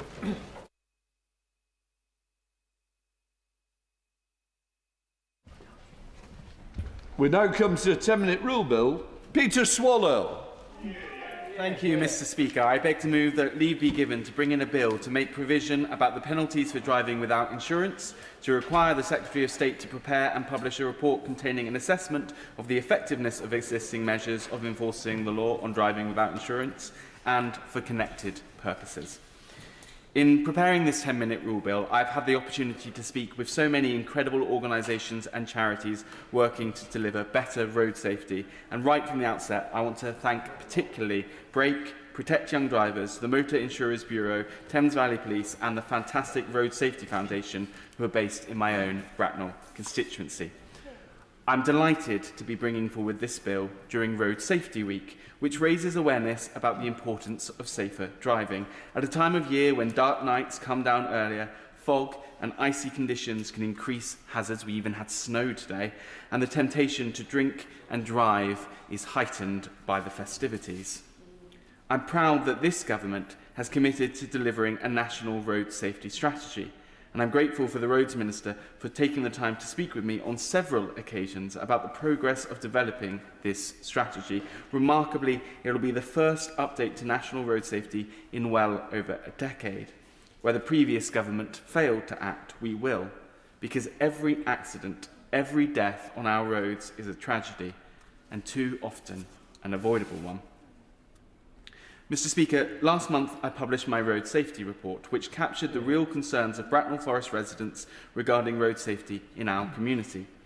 I want to thank the almost 500 constituents who responded to this campaign and shared their views on everything from speeding and antisocial driving to the illegal use of off-road bikes and scooters. I'm honoured to be able to discuss this report here today to ensure that the voices of Bracknell residents are heard and acted upon, making our roads safer for drivers, pedestrians and cyclists alike. Vitally, I've shared a copy of my report with the Roads Minister so that Bracknell Forest's voice can be heard at the heart of the upcoming National Road Safety Strategy.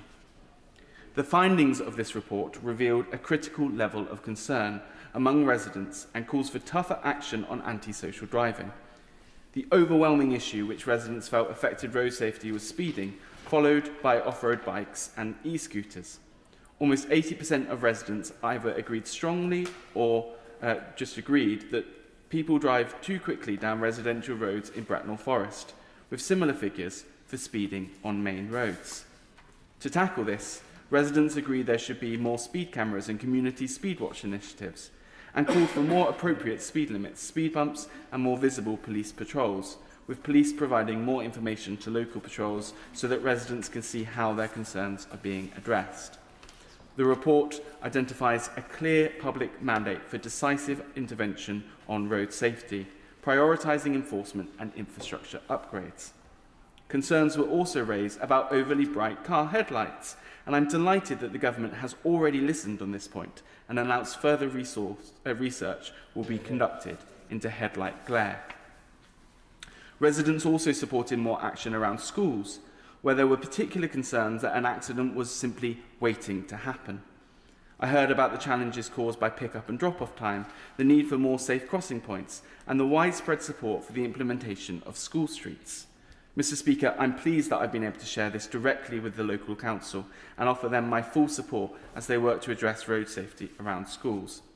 And residents also raised concerns about potholes, which can cause damage to vehicles and lead to unsafe driving as motorists do their best to swerve around them. That's why I back the government's £3.3 million investment into Bracknell Forest roads this year, with Bracknell Forest Council committing an extra £5 million over 4 years to pothole repair and other road maintenance. When we're designing road safety initiatives, and indeed roads themselves, it's vital that we listen to experts, which is why I want to highlight the work of the fantastic organisation based in Bracknell, the Road Safety Foundation. When I met with the Road Safety Foundation, they emphasised to me how important it was that speed limits reflect the purpose of roads and the vulnerability of those users that they support. By mapping the risk on major roads across the UK, the Road Safety Foundation plays an essential role in driving road safety improvements and ultimately saving lives. Mr. Speaker, let me now turn to the subject at hand, uninsured drivers. Sadly, uninsured driving is all too common. Every 20 minutes, someone is the victim of an uninsured or hit-and-run driver. Every 4 minutes, an uninsured vehicle is seized. And every year, uninsured drivers cost the UK economy £1 billion. A crackdown on uninsured drivers on our roads is essential to improving road safety, as data has shown that those who drive uninsured are often disproportionately involved in road accidents and also more likely to commit offences which put others at risk, such as hit-and-run incidents, speeding and driving under the influence. The economic cost of uninsured driving, which includes compensation for victims, emergency services and medical costs and loss of productivity, is significant. This is a question of fairness. We cannot allow the costs of those who flout the law to be shouldered by honest drivers who are paying hiked premium fees to cover this. Mr. Speaker, I want you to imagine for a second that you were involved in a car accident. Imagine an inconsiderate driver has been going too fast or not paying attention to the road and has crashed into you. You're standing there on the roadside, perhaps injured, your car a write-off. You're feeling incredibly shaken, as anyone would be. But thank goodness you have insurance. Now, Mr. Speaker, imagine you find out that the other driver is not insured. Suddenly, a stressful situation becomes so much worse. The victims of accidents involving uninsured drivers often face delays and complications in securing compensation. which only exacerbates the immense emotional and financial toll on these victims. I recently met with the Motor Insurers Bureau to hear about Operation Drive Insured, a week-long UK campaign with the National Police Chiefs Council that saw police forces increase their operational activity in tackling uninsured driving. This involved identifying and removing uninsured vehicles from the road, as well as an excellent public awareness campaign. During our conversation, the MIB highlighted the need for a real-time database of all uninsured drivers, which would make it easier for police to catch those driving uninsured. At the moment, it's far too easy for criminals to take out fake insurance under assumed names and present that to police on the roadside because insurers don't update the National Insurance Database in real time. Insurers also don't always carry out checks to verify insurers' identities and ensure they have not been disqualified from driving. Mr. Speaker, I've even heard how some uninsured drivers are now using AI to create fake policies when pulled over by the police, making it more difficult for police to clamp down on uninsured driving in real time as they struggle to instantly verify the legitimacy of these documents on the roadside. Those forging or deliberately fabricating such documents through AI or any other means are putting other road users at risk and must face tough sanctions. The Motor Insurers Bureau estimates that there are 1 million uninsured drivers on our roads, a figure which suggests that existing penalties are not providing a serious enough disincentive. A fixed penalty notice for owning a car without insurance starts at just £100, which rises to £300 and 6 points on your licence if you're caught actually driving it. Police also have the power to seize and crush the vehicle. But given the serious consequences that can result from driving uninsured, Mr. Speaker, my view is that these penalties should be increased. Cracking down on the number of uninsured drivers will also help to tackle high insurance premiums, because claims made against uninsured drivers are made through the MIB and ultimately paid for through mandatory annual contributions from all UK motor insurers. If we can reduce the number of those driving uninsured, we can reduce costs for the vast majority of drivers who do the right thing and insure their vehicles. Insurance premiums rose on average by 21% between 2022 and 2024, before falling by around £50 this year. So can I welcome the action the government has taken through the Motor Insurance Task Force to tackle the high cost of driving for the honest many? Mr. Speaker, this Road Safety Week, let us all commit ourselves to taking the action needed to make driving safer for everyone, prevent crashes and save lives. Let's tackle the costly problem of uninsured motorists, deliver on our manifesto commitment to an ambitious national road safety strategy, and back the drivers of Great Britain. Thank you. That the honourable member have leave to bring in the bill. Not yet. The question is that the honourable member have leave to bring in the bill. As many of that opinion say aye. Aye. Of the contrary, no. I think the ayes have it. The ayes have it. Who will prepare to bring in the bill? Sarah Russell, Chris Vince, Rachel Taylor, Josh Newbury, Kat Eccles and myself, Mr. Speaker. Excellent.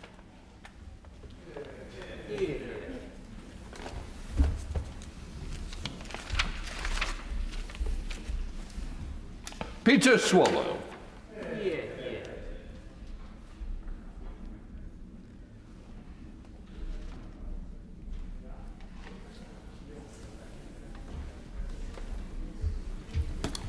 Driving without insurance, penalties and enforcement bill. Second reading what day? Friday the 29th of May. Friday the 29th of May. Well done. Programme motion to be point of order. Thank you, Mr. Speaker. I seek your guidance on an important matter of national security. This morning, the Secretary of State for Defence gave a speech on television, I think it was in Downing Street, not in the House, about a very serious incident where he says a Russian spy ship has tried to blind British military pilots with lasers. This is very important. There's been no statement in the House. We've not been briefed. I wonder if you can give any clarification on this matter.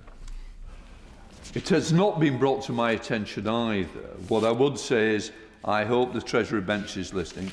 I take it very seriously. Defence of our realm should always come first to this House.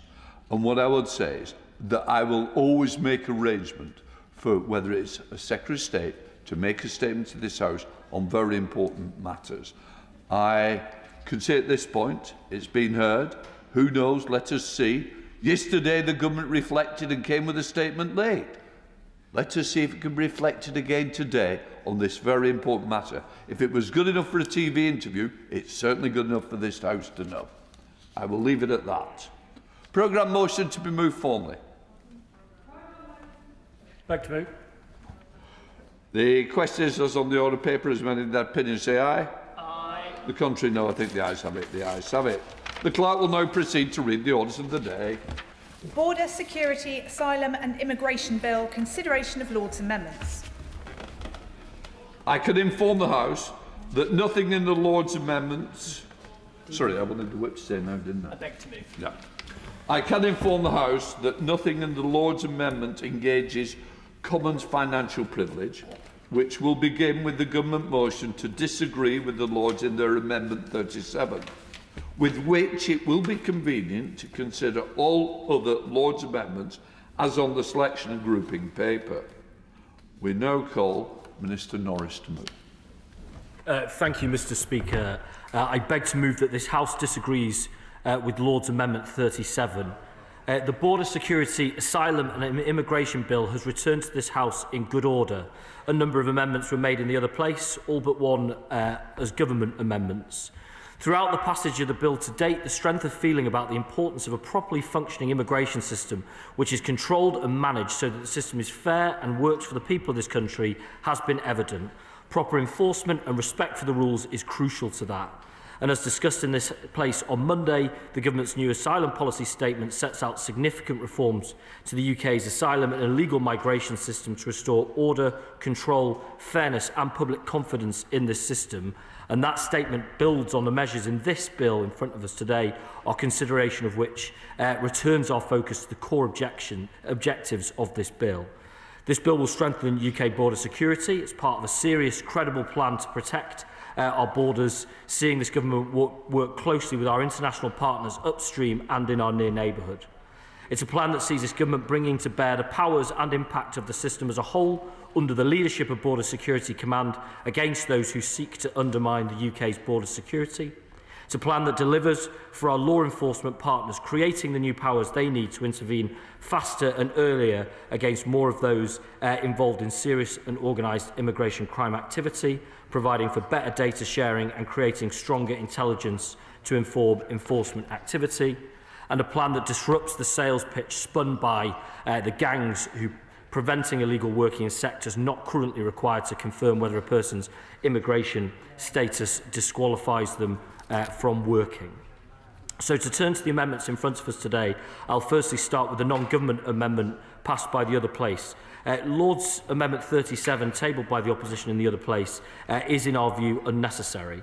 It would mandate the Home Secretary to collate and publish statistics on the number of overseas students who have had their student visas revoked as a result of the commission of criminal offences, the number of overseas students who have been deported following the revocation of their visas, and the number of overseas students detained pending deportation following the revocation of their student visas. Now, it's first worth emphasising, Mr Speaker, that the government strongly values the vital economic and academic contributions that international students make in the UK. They enrich our communities, including my own, in the City of Nottingham. And the immigration rules provide, though, for the cancellation of entry clearance and permission to enter or stay where a person has been convicted of a criminal offence in the UK or indeed overseas. And where a student's permission is cancelled, as a person without leave to enter or remain, they are liable to administrative removal from the UK, and foreign nationals who commit a crime should be in no doubt that the law will be enforced, and where appropriate, we will pursue their deportation. On the specifics of this amendment around publishing data on these topics, the Home Office, of course, already publishes data on a vast amount of migration statistics. I'm not going to be able to say statistics on multiple occasions, I warn colleagues, including information on visas, returns and detention. So the official statistics published by the Home Office are kept under review in line with the Code of Practice for Statistics, taking into account a number of factors including user needs, the resources required to compile those numbers, as well as the quality and availability of data. And this ensures we balance the production of high-quality statistics against the need for new ones to support the public understanding on migration. However, I want to be very clear from this dispatch box that we recognise there is heightened interest from parliamentarians, from the media, from members of the public in learning more about the number and type of criminal offences committed by foreign nationals in the UK, and about what happens when foreign national offenders, what happens to them after they've been convicted and after they've perhaps completed their sentences. We are looking very closely as a Home Department on what more can be done to both improve the processes for collating and verifying the relevant data on the topic of FNOs and their offences, and to establish a more regular means of placing that data into the public domain alongside the other Home Office statistics that I talk about. And when this work progresses, we propose to publish more detailed statistical reporting on FNOs subject to deportation and those returned to countries outside of the UK. And I hope on that basis that right honourable and honourable members will support the motion relating to Amendment 37 in the Government's name. I'll now turn to the Lord's amendments that were brought by the Government in the other place. And our first set of amendments further strengthens and expands the powers and offences that target organised immigration crime groups. The most significant of these is Lord's Amendment 7, which introduces a new offence that criminalises the creation or publication of material relating to unlawful immigration services online on internet services, including social media and messaging platforms.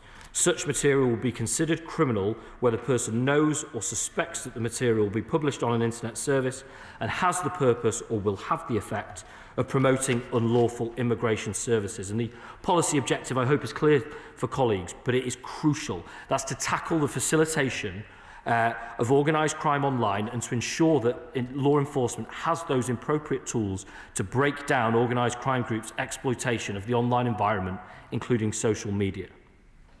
Lord's Amendments 8, 9, 12, 13, 14 and 15 work alongside this new offence, providing intermediary liability protections for internet service providers, meaning they're not impacted by this offence, and the actions of those being targeted in this offence, namely the individuals who are promoting those unlawful services, that is the target for the offence.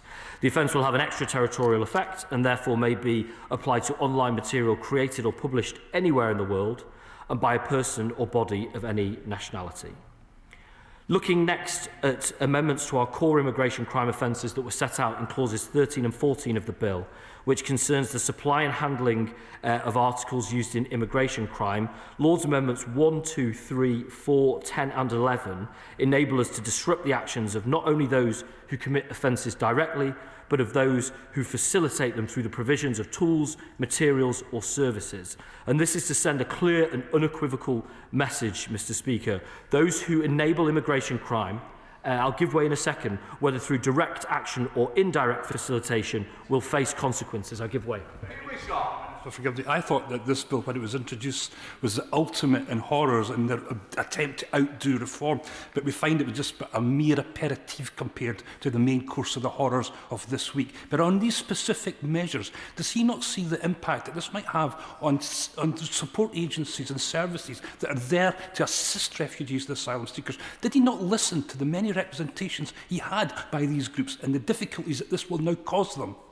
I am surprised the Honourable Gentleman is horrified by our attempts to crack down on organised immigration crime, which is the ultimate industry in profiting from misery and desperation that leads to vulnerable people losing their lives and, of course, has such impact on public confidence domestically. However, on the point that he makes, if he waits a little while longer, I hope I can give him a degree of succour on that point. But we are making that the purpose of the amendments that have been made here to seek to criminalise those who are concerned in supplying relevant articles for use in immigration crime, and will bring into scope possession with intent to supply or making the offer to supply such an article, and it also brings into scope those who are concerned in the handling of a relevant article for use in immigration crime. And I'll get to the Honourable Gentleman's point shortly, but firstly just on the amendments 16 to 32 on electronic devices, and this strengthens the powers of search and seizure in relation to electronic devices. Lord's Amendment 16 seeks to expand the definition of authorised officer to include Police Services of Scotland, Police Service of Northern Ireland and National Crime Agency officers. Lord's Amendment 17 to 32 ensure that these officers have the relevant safeguards, protections and legal clarities when utilising the powers, as well as consequential changes.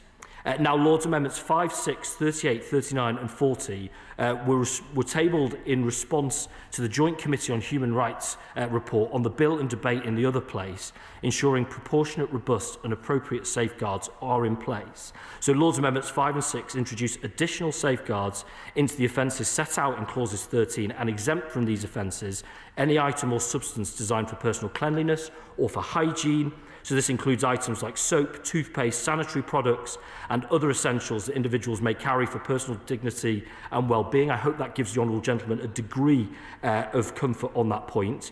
Limitations to this exemption have been set out if certain items present heightened risk of being repurposed as weapons or used in ways that endanger others. And I think that finds the appropriate balance on this important point.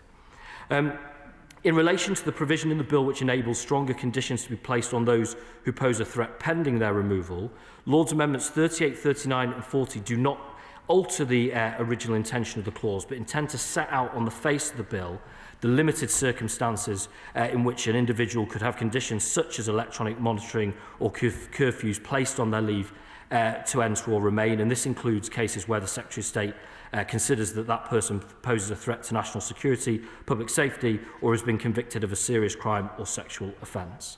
And finally, Mr Speaker, we've made a number of small amendments in the other place which seek to clarify the provisions with which they relate to. Lord's Amendments 33, 34 and 35 are minor and technical to remove references to data protection legislation, which is now redundant following the enactment of Section 106 of the Data Use and Access Act 2025. Lord's Amendment 36 amends the consultation requirements to require that the Secretary of State consults the Department of Justice in Northern Ireland and relevant Scottish ministers prior to making regulations that determine the purpose for which trailer registration information may be shared with the police. This amendment does not affect the Secretary of State's discretion to consult representatives of police bodies. I'll give way on that point. Can I just start? Can I just suggest you've literally just walked in, and I don't think you've heard all what has been said.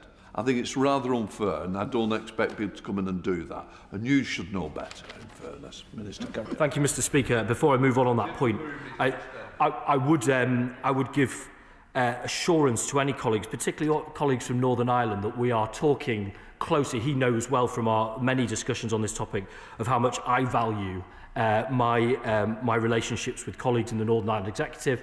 I met with a number on Monday, and I will continue to do so to make sure that the applications in this provision and beyond are as good as possible and work seamlessly across all parts of the United Kingdom. I hope that gives a degree of comfort. And then finally, Mr Speaker, Lord's Amendments 41 and 42 relate to Clause 62 of the bill, which is the commencement clause itself, for Clause 42, which provides legal clarity for EU citizens and their family members with EUSS status who are in scope of the withdrawal agreement that is the source of their rights in the UK. The amendments change the commencement provision so that it is now brought into force on royal assent to provide legal certainty as soon as possible for all EU citizens and their family members with EUSS status as to their rights in the UK. So, to finish, Mr Speaker, this is a really important bit of legislation. The work done down the other end was excellent, and I must commend and reference my right honourable friend, the noble Lord Flint, for his work. But colleagues across the House, across that place, worked very hard to improve this legislation, which we appreciate. And on that basis, I beg to move the amendment to the government's name. The question is that the House disagrees with the Lords in Amendment 37. Shadow Minister Matt Vickers. Thank you, Mr Speaker. The opposition joins the Minister in thanking our colleagues in the other place for their work and scrutiny of this bill. I'd like to thank my colleagues, Lord Cameron and Lord Davies, as well as numerous members of the other place, including Lord Jackson, for their work. The subject of this bill is extremely important to this country and to our future. I'm afraid, Mr Speaker, the reality is that under this Labour government, illegal immigration has got much, much worse. We're in the grip of an immigration crisis. Small boat crossings have surged They're up 55% against the same period before the election. In the 9 months before the election, the number of people in hotels had gone down by 47%. But since this government came to power, they've gone up. This country is our home. It's not a hotel. We need stronger borders to make sure that those who come to our country share our values, contribute to society, and are not simply a drain on the resources that taxpayers fund. This bill removes powers that allow us to detain and deport people who arrive here illegally. It removes powers that allow us to mandate scientific age tests on those who arrive here illegally, claiming to be children. It allows people who break into our country illegally to become British citizens. Those who break into our country should not be allowed to stay. This week, the Home Secretary announced a new plan which she says will tackle the immigration crisis. Lord's Amendment 37 proposes to make transparent one of the key parts of the high immigration that the government says it wants to reduce. Transparency matters for public trust and accountability. Opposition to this amendment is completely at odds with the rhetoric and the action the Home Secretary promised us earlier this week. Once again, the ambition of this bill has been nowhere near as radical as needed to stop these dangerous crossings in their tracks. The government should be using every tool available to control immigration and make our country safer. I appreciate that there are members in this House who question why this amendment is necessary. As my noble friend Lord Jackson said in the other place, when he had sought to obtain information from the government on the number of foreign students who had their visas revoked and had been deported because of criminal activity, he faced a series of non-answers from the department. The minister representing the government during the report stage of the debate acknowledged that without proper information on this and a number of other matters, it's very difficult to have an informed public debate. We must do what we can to mandate a wider array of information to be published. If the government already have this data, then the natural question is, why not publish it? I should also stress that this amendment is not aimed at the vast majority of those individuals who study hard in the UK and contribute to society, but the minority who abuse that privilege. Without this data, how can the public have trust? How can we have a proper debate about the issue of foreign criminals in our country? Records of the number of people arriving in the country illegally and disputing their age was previously published, but has been hidden since the government came to power. Why is that? This week, the government looked like it was beginning to make a start on overhauling our asylum system. The current situation is not tenable. But as is always the case, they're bold on rhetoric and weak on action. Whether it's on economic growth, policing, energy, or here today on asylum, they say one thing and their actions achieve the exact opposite. The Conservative Party will not stand in the way of amendments which give transparency to the public and give greater powers to ministers to tackle the issue of illegal immigration head-on. I say to the Minister, he needs all the powers he can get to tackle our broken immigration system. That's why the Conservative Party will vote against this motion today.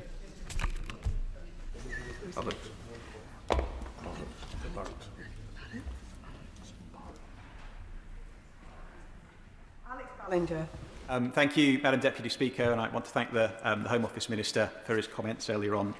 When I speak to voters in Halesowen, in Cradley Heath and in Quarry Bank, the message they have for me is clear. They are very concerned about illegal immigration and they do want the Labour Party to secure our borders. And of course this was in our manifesto commitment because there is nothing progressive about allowing smuggling gangs to take people across Europe and to see children drowning in the Channel. So I welcome this bill and I welcome the Home Secretary's tough measures that she announced on Monday. But I did want to talk in particular to the Lord's Amendments 7 and 9 and 12 to 15 that we're talking about today. These are mostly about criminalising the advertising and marketing of illegal migration actions that happen online and often conducted by smuggling gangs. And of course there are lots of reasons why people will be fleeing countries, seeking refuge in other countries. It might be conflict, it might be persecution, it might be peace. Yes, please. Speaker, first of all, can I thank the Honourable Gentleman for what he's saying. I do welcome the thrust of what government's trying to do, what the Minister is saying. What we do have to ensure there's a bit of muscle behind the legislation, which is called, I think that's what the Minister is referring to. I think that's what the Honourable Gentleman is referring to as well. Lord Weir of the other place, my colleague, was very clear from our point of view in the legislation we're putting forward, that point of view. But does he share my concern? I think the Honourable Gentleman does. Those who flee persecution, those across the world that flee because of their human rights and the persecution that they face and have nowhere to go, they can never go back to that country again. I know some of those ones in Newton Ours in my constituency in Strangford. I came maybe 8 years ago. The 6 Syrian families are still there. They're established in the community. And does he share my concern that those who flee persecution must be protected within this legislation? Thank you. No, he doesn't. I thank him for his intervention. And yes, of course.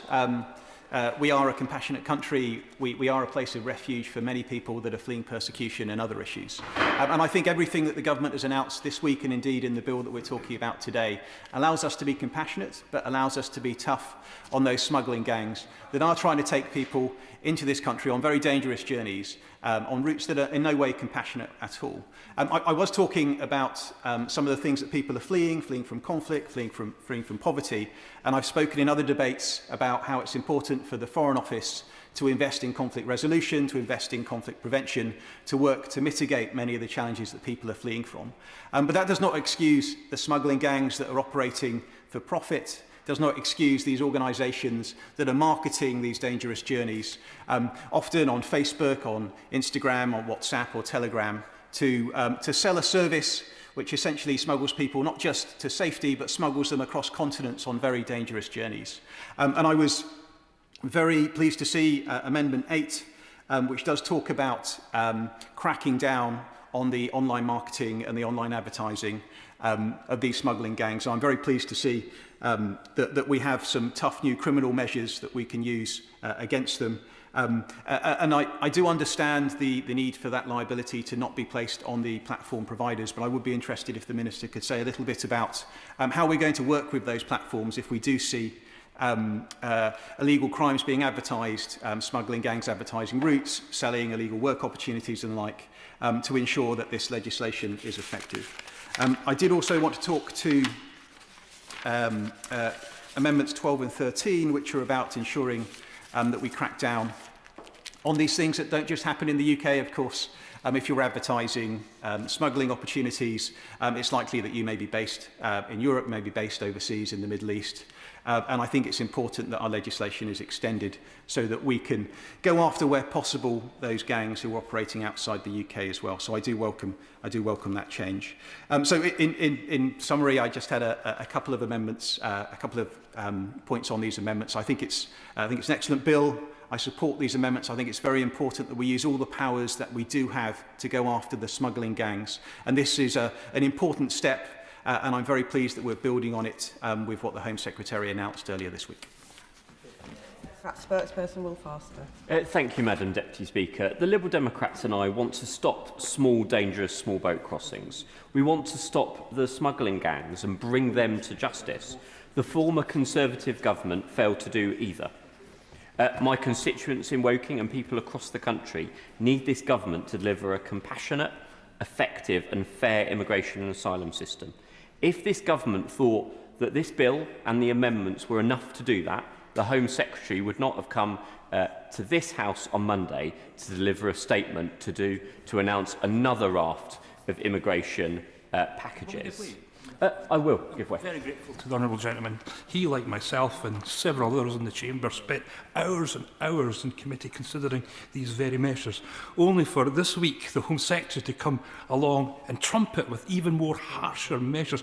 Does he feel like me, that we almost were wasting our time considering things which are only going to be superseded by the Home Secretary? Thank you, Madam Deputy Speaker. And I want to thank my honourable friend from Perth and Kinrossshire for his comments. He and I and others worked really hard on the Bill Committee, proposing humanitarian visa amendments, trying to lift the ban on asylum seekers working. both of which would have made things better for taxpayers here and vulnerable refugees as well. And sadly, we were not listened to then, and we will continue. If I can finish this first response to the intervention first. Sadly, we were not listened to in that bill committee. I hope we're listened to if we have the pleasure or unfortunate duty to serve on the next bill committee. I believe there's another intervention. Gentlemen, for giving way. Since we all sat on that bill committee, the government has announced a one-in, one-out deal with France, and then this week new safe routes as part of the new package. The one-in, one-out deal, the one-in is a safe route. And the new safe and other safe routes were announced by the Home Secretary this week. So will the honourable gentleman welcome the government's reform to fixing the immigration system, given that's what he's been calling for?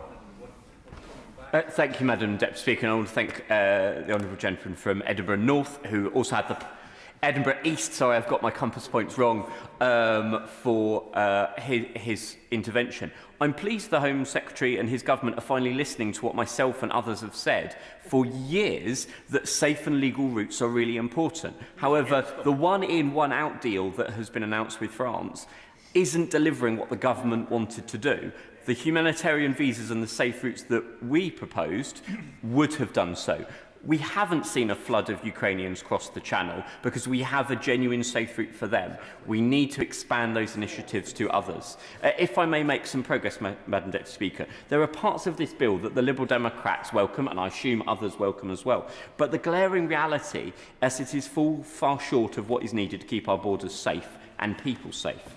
The government says this bill gives authorities stronger tools. Some of this is true. For example, clauses 19 to 26 in the committee stage from the government amendments. They give the border force and police further powers to seize electronic devices.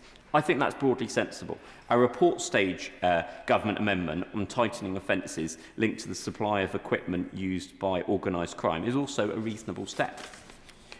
The Liberal Democrats and I also welcome changes that our peers pressed for in the other place, including the exemption for hygiene products, which came from a recommendation from the Joint Committee on Human Rights, which I know the Minister mentioned.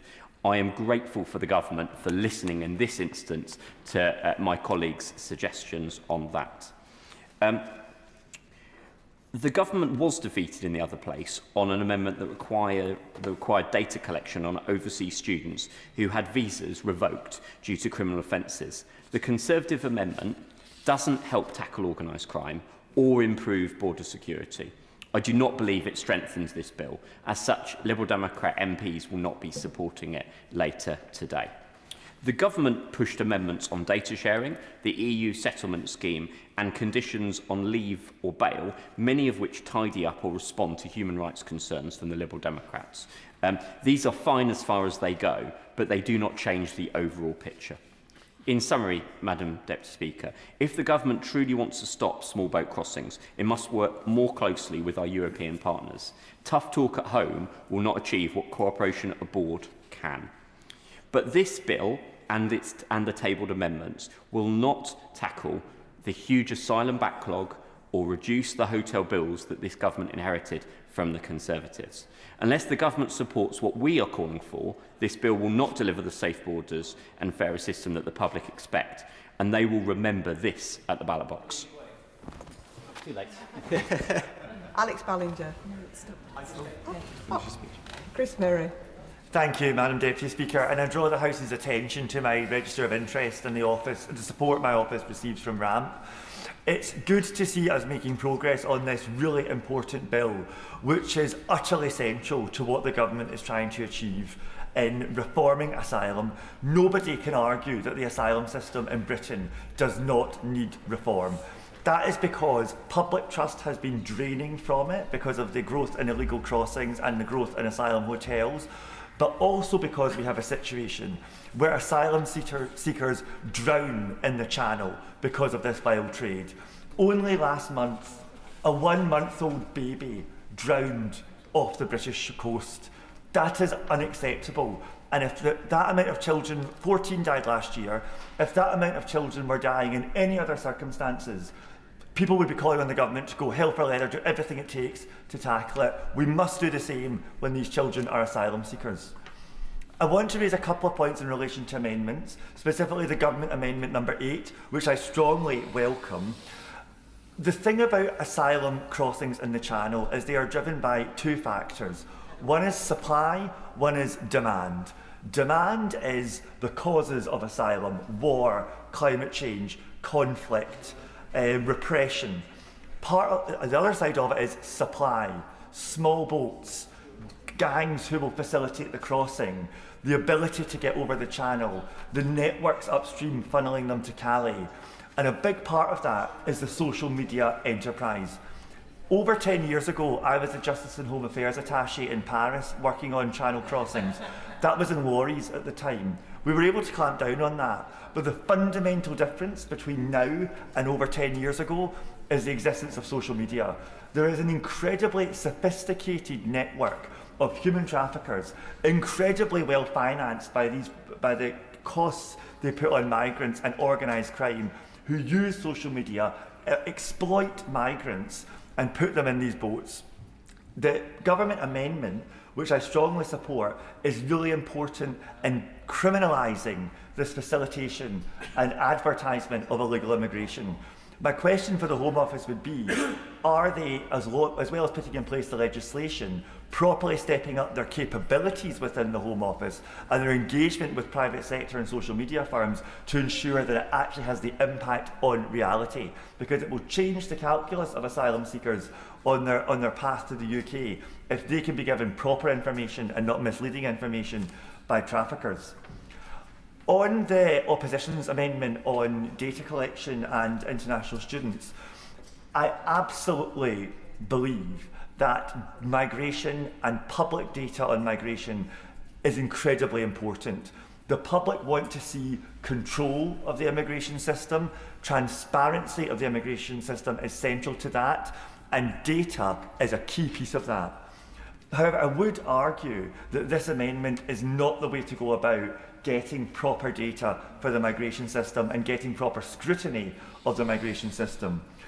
That is partly because amendments on primary legislation will lead to selective publication, partial publication, mandated publication of data that is highly controversial and can be selectively and partially used by people on all sides of the migration debate to make their specific point. Far better to have official sources of public data on migration published in bulk, which we do currently have in Home Office statistics and ONS statistics, and also to support the organisations like the Migration Observatory and other think tanks properly scrutinising that data to equip us in this House and, more importantly, in the public and in the media to analyse the immigration system and see what interventions in policy are having desired effects. Finally, I want to just touch on the point raised by the Honourable Member for Perth and Kinrossshire, I think I've got that right, on the distinction between working with asylum charities and organisations that work with asylum seekers versus those who seek to facilitate the illegal entry, the organised criminal gangs. It is an important distinction. We do not want to make it harder to work for those supporting asylum seekers who often are very vulnerable people. And I have spent years, I was the chair of the Refugee Survival Trust, I've worked in local government on support for migrants and refugees. It is important we make that happen. But the point is, this criminalises the exploitation component of it. It does not, like we heard from the Minister's response, affect the work of migration organisations helping migrants themselves. So just in conclusion, Madam Deputy Speaker, it's really good to see this bill strengthened by further amendment from the government. It is really good to see that this bill will soon be becoming legislation. We need to get it on the statute book as soon as possible, and we need to see the Home Office operationalising the measures within it so we can actually start tackling this vile trade in human beings. Yeah. Minister to wind up. Thank you, Madam Deputy Speaker. With the leave of the House, I'm grateful to all the honourable members for their contributions, and to those who've touched this legislation at all its previous stages. I just want to address some of the points that have been made today. My honourable friend, the member for Halesowen, made some important points around online advertising and the responsibilities falling not here on the providers, but rather those who are sending those messages or putting those advertisements out. And we think that is the current gap in provisions that we need to fill.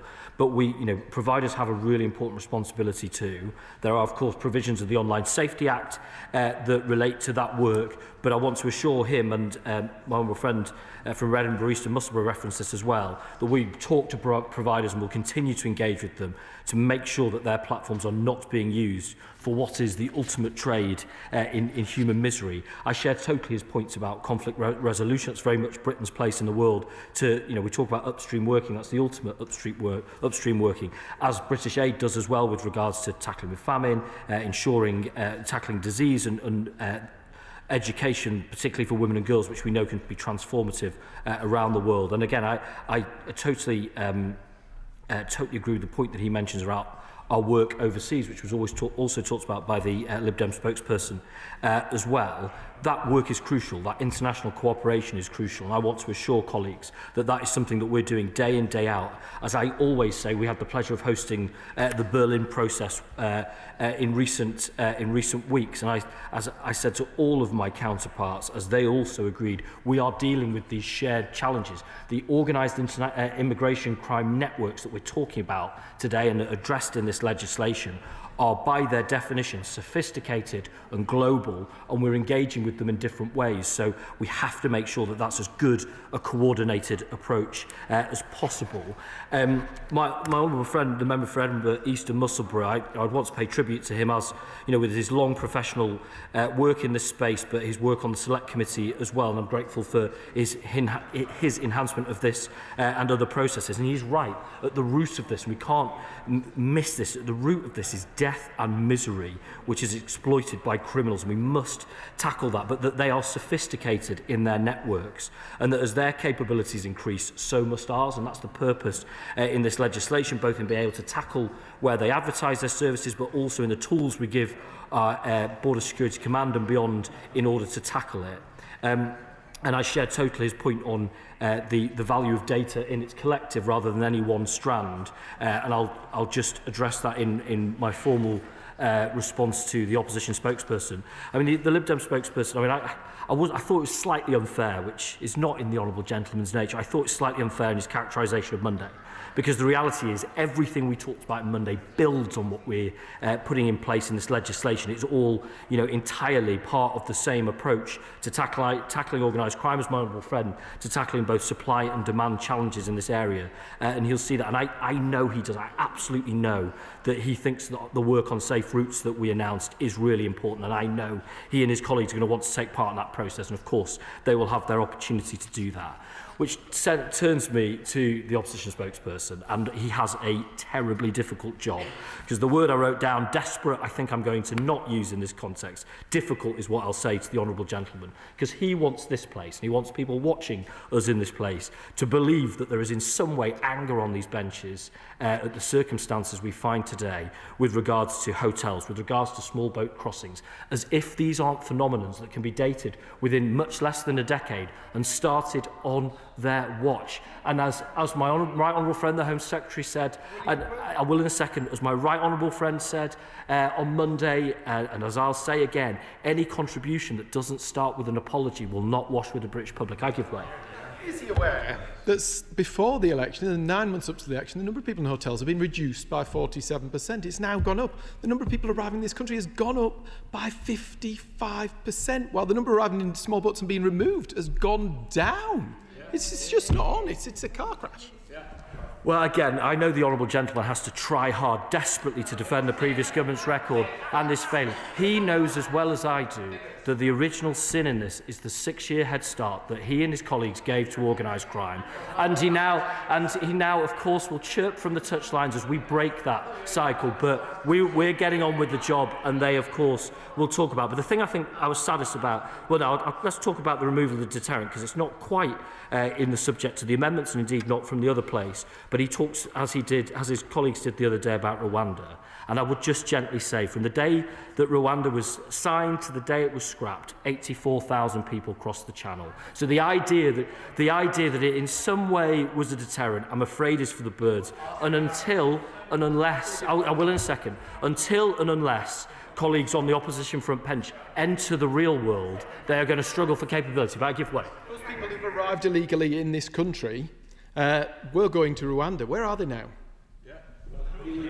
The honourable gentleman will know.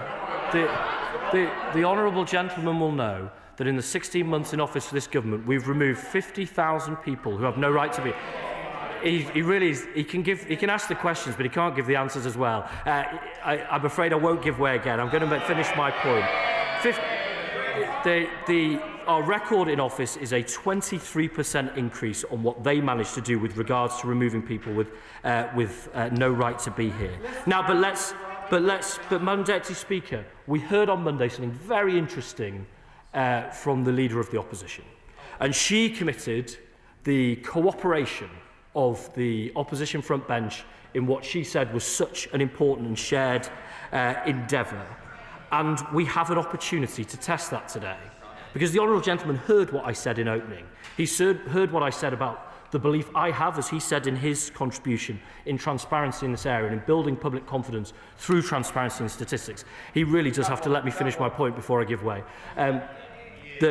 That he heard our commitment to that. He heard the work that's going underway, which I hope he would take in good faith from me, having known each other for as long as we have done, that we do have that commitment to publishing stats that really mean that people know what's going on here. So he doesn't really need to support the amendment on that basis, but let him make a case. People out there are really deeply concerned about people arriving in this country, claiming to be children, arriving illegally, claiming to be children, the impact that can have on our education and care settings. This bill removes our ability to scientifically age verify some of these people, but more than that, since this government came to office, it stopped publishing the data. What has it got to hide? Why won't it publish the data on age disputes on arrival? I'm afraid, Madam Deputy Speaker, here we are. Panto season starting early, because the honourable gentleman heard me say, I'm not sure whether the honourable member for Broadland heard me say it, but the honourable gentleman certainly did, is we want to bring forward a whole set of data on this that helps people the picture of what's going on. I have made that commitment from this dispatch box, and that is what we'll do. It is sad, and I won't give way. The honourable gentleman has more than had the opportunity to make his case. So I am sad to say, we have said that that's what we'll do, and that is what we'll do. And, on that basis, there really is no need for this amendment. But as I say, we will test the cooperation. Will it last even 48 hours? I suspect from the honourable gentleman's demeanour, perhaps not. But in conclusion, Madam Deputy Speaker, it's so important that this legislation reaches the statute book quickly. The need for these powers is urgent. We are down to one point of disagreement with the other place. I will in a second. This bill is central to the government's actions to strengthen border security. It includes new transformative measures on delivering on our manifesto commitment to identify, to intercept, to disrupt, to prevent serious and organised crime through new criminal offences, through expanded data sharing capabilities and improved intelligence. It will disrupt organised crime groups' business models and reduce unlawful migration to the UK. I'll give way. The honourable member, the Minister, for giving way. Does the Minister accept, despite his opening remarks and his words about Northern Ireland, that the reality and the understanding of people in Northern Ireland is very different, given that we are subject to EU law in this space? People in Northern Ireland, this is a very real issue for them. They want zero tolerance for illegal entry. They want fast removal of those who are blocking up our public service. We're already stretched to capacity. So will he go further and have this UK Parliament legislate sovereignly for Northern Ireland and protect our borders in Northern Ireland? Very grateful for the honourable lady's question. she may have heard me say before that it is not in anyone's interests, whether anywhere in the UK, for the work of establishing order and control at the border, at the southern border of the United Kingdom, creating displacement challenges with regards to the common travel area. That's something we're very, very concerned about, something that I talk to colleagues across the UK and beyond about, of course, something that we've had very successful interventions on with regards to Operation Combi.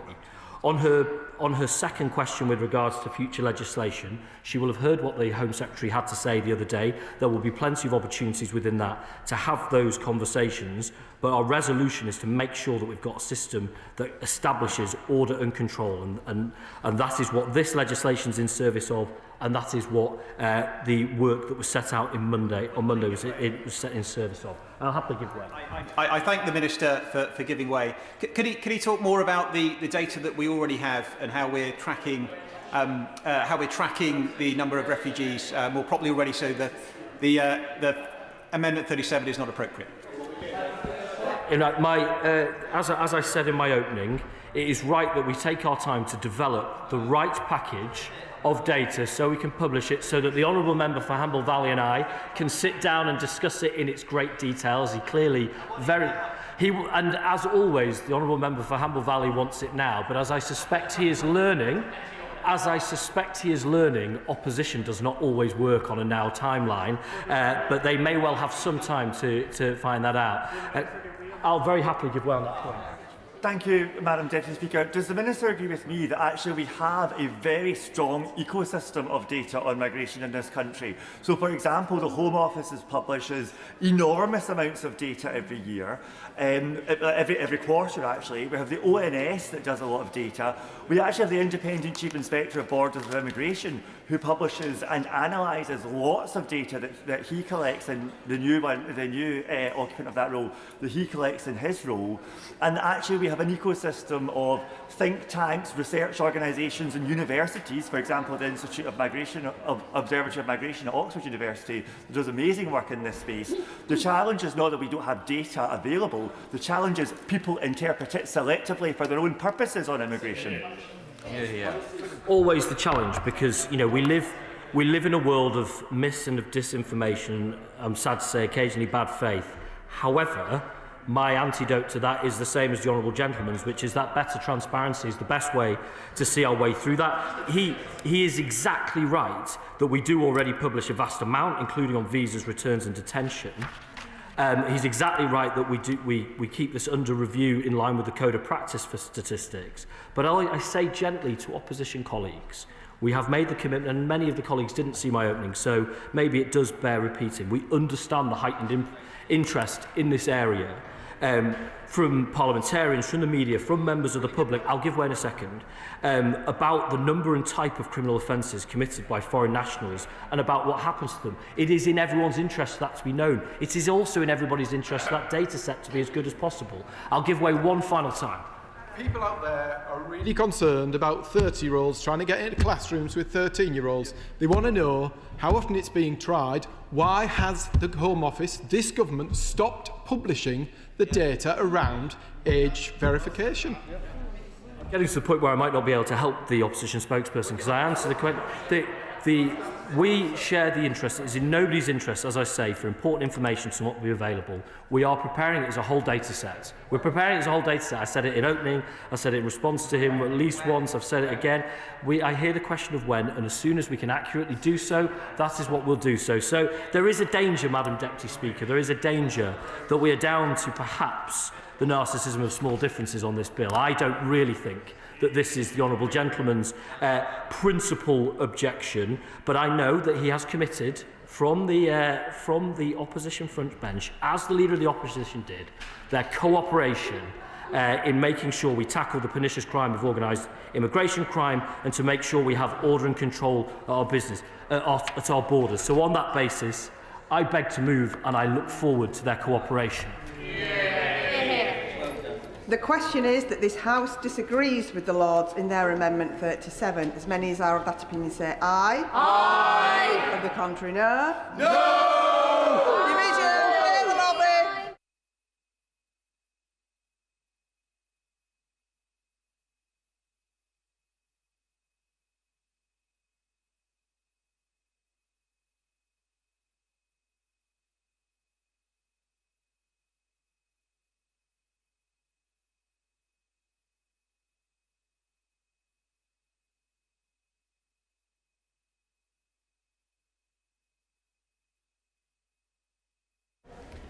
The question is, as on the order paper, as many as are of that opinion say aye. Aye. Of the contrary, no. No. Tellers for the ayes, Nezil Calixcan, Stephen Morgan. Tellers for the noes, Jerome Mayhew, David Timmins.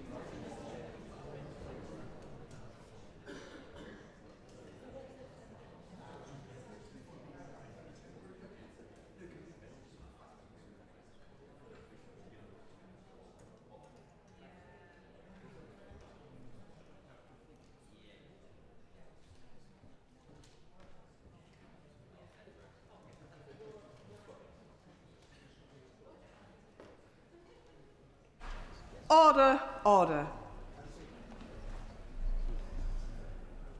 The ayes to the right, 326. The noes to the left, 92.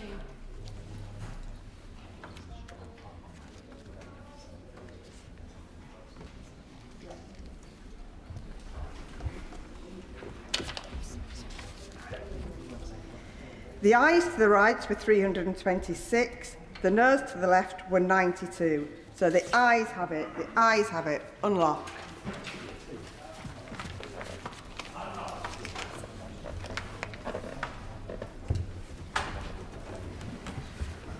With the leave of the House, I call the Minister to move that this House agrees with the Lords in their amendments 1 to 36 and 38 to 42. I beg to move. The question is that this House agrees with the Lords in their amendments 1 to 36 and 38 to 42. As many as are of that opinion say aye. Aye. Of the contrary, no. I think the ayes have it. The ayes have it. Minister to move that a committee be appointed to draw out reasons. I beg to move that a committee be appointed to draw up a reason to be assigned to the Lords for disagreeing with our Amendment 37. That the committee, Alex Norris, Steve Morgan, Sarah Coombs, Jonathan Brash, Chris Murray, Matt Vickers and Clive Jones be members of the committee, that Alex Norris be chair of the committee, that 3 be the quorum of the committee, that the committee do withdraw immediately. The question is that a committee be appointed to draw out reasons to be assigned to the Lords for disagreeing to their Amendment 37. That Alex Norris, Stephen Morgan, Sarah Coombs, Jonathan Brash, Chris Murray, Matt Vickers and Clive Jones be members of the committee, that Alex Norris be chair of the committee, that 3 be the quorum of the committee, that the committee do withdraw immediately. As many as are of that opinion say aye. Aye. Of the contrary, no. I think the ayes have it. The ayes have it. That concludes consideration of Lord's amendments to the Border Security, Asylum and Immigration Bill.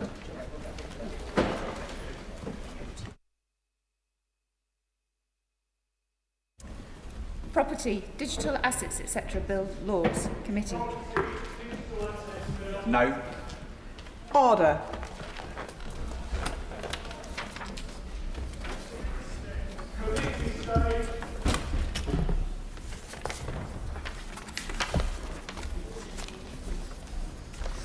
Order. Property, Digital Assets, etc. Bill, Lords. Debate will take place on the question that Clause 1 stand part, together with the question that Clause 2 stand part. I remind members that in committee, members should not address the Chair as Deputy Speaker. Please use our names when addressing the Chair. Madam Chair, Chair or Madam Chairman are also acceptable. The question is that Clause 1 stand part of the bill. Minister. It is a pleasure to serve with you or under you, Madam Chair. I'm pleased to open this discussion on the clauses of a focused but important bill designed to drive innovation, enhance legal certainty and strengthen our standing in the global digital economy. Let me first turn to Clause 1, an unassuming clause on the page, but one with important implications for the future of our legal system and our economy. Clause 1 is the engine room of this bill. It provides a clear and powerful statement that a thing, including something digital or electronic, can be recognised as personal property, even if it doesn't fall within either of the categories that our legal system has traditionally recognised. For centuries, the law has drawn a simple line. Personal property was either a thing in possession, that being a physical object like a car or a watch, or a thing in action, something that exists because the law says it does and is enforced through legal action like a debt or contractual right. But the world has changed. Technology has leapt forward and our law must keep pace. Today we have assets like crypto tokens. They're not a physical object, yet their existence is not reliant on the law. They do not fit comfortably into either of the traditional categories. Our courts have begun to acknowledge that such assets can and should be the subject of property rights. But without clear, binding legal foundation, uncertainty remains. Uncertainty that could stifle innovation, deter investment, and push the digital economy elsewhere. This government will not allow that to happen. Driving sustainable growth is a top priority of this government, And that means giving businesses and investors the certainty they need to thrive. With this single clause, we are removing doubt and sending a clear message that we are open for business in the digital age. By removing this ambiguity, Clause 1 ensures that those who hold or transact in digital assets are better supported to defend their property rights, transfer them and recover them when it matters most. This bill reinforces our position as a global jurisdiction of choice for legal innovation, emerging technology and the digital economy. We are leading from the front. Now, to be clear, Madam Chair, Clause 1 doesn't attempt to draw rigid lines around what qualifies as property, and that's a deliberate choice. It rightly empowers our courts to continue developing the common law case by case, applying centuries of legal wisdom to the frontiers of a digital economy. The reference to digital or electronic things in the bill simply reflects where the issues most commonly arise today, without boxing in the law where it might go tomorrow. This clause paves the way for fairer outcomes in cases of theft, fraud, commercial disputes or insolvency involving digital assets. It will reduce litigation costs, promote market stability and underpin our reputation as a jurisdiction of choice in a digital world. Madam Chair, this is a small clause with big consequences. It's a bold, forward-looking step that reaffirms our commitment to legal certainty, technological progress and global leadership. Turning to Clause 2 of the bill. Clause 2 of the bill sets out the title, territorial extent and commencement date. Once granted royal assent, this legislation will become the Property, Digital Assets, etc. Act 2025. That title, Digital Assets, etc., is no accident. It's been carefully chosen to capture the technologies of today, like crypto tokens, while keeping open the door to future innovations. This is a law built not just for now, but for what may come next. The Act will extend to England and Wales and Northern Ireland. This will minimise legal discrepancies across jurisdictions and help ensure that the benefits, such as legal clarity, investor confidence and streamlined dispute resolution, are more widely felt across these jurisdictions. I would like to draw the House's attention to the fact that the bill does not extend to Scotland, owing to differences in property law. However, the Scottish Government introduced their own Digital Assets Bill on the 30th of September, which confirms that certain kinds of digital asset can be objects of property under Scots private law. And importantly, the Act comes into force the moment it receives royal assent. No delays, no retrospective effect, because this bill doesn't create new burdens. It confirms and clarifies the law as it has been developing under common law. As a result, there will be immediate certainty, minimal disruption, and a strong foundation for our digital economy. I beg to move. Shadow Minister Dr. Kieran Mullen. Thank you, Madam Chairman. It's a pleasure to serve under your chairmanship, and I'm pleased again to speak on behalf of the opposition as we carry forward the constructive debate we had at second reading. From the outset, I want to restate our support for the bill. It represents a careful and modest step in the right direction. It preserves the inherent flexibility of the common law whilst giving just enough statutory certainty to ensure that businesses, innovators and courts know the ground beneath their feet. That balance is vital. If we overprescribed in statute, we would risk freezing progress. If we left matters entirely to the interpretation of the courts, we would risk fragmentation and delay, and this bill avoids both extremes. Importantly, this is not legislation born overnight. It's the product of the rigorous work of the Law Commission, work commissioned by the last Conservative government, who recognised early the need for clarity in this space if the UK was to stay competitive internationally. The Commission's conclusion was clear. Certain digital assets simply do not fit neatly into the centuries-old categories of things in possession or things in action. Without intervention, the risk grew that uncertainty would hold back investment, undermine commercial transactions and frustrate both innovators and consumers. This bill answers that challenge in the right way. It does not attempt to define every kind of digital asset that might emerge. Nobody in this chamber, or indeed beyond it, can predict the full scope of the technologies that will shape our financial and commercial future in the decades ahead.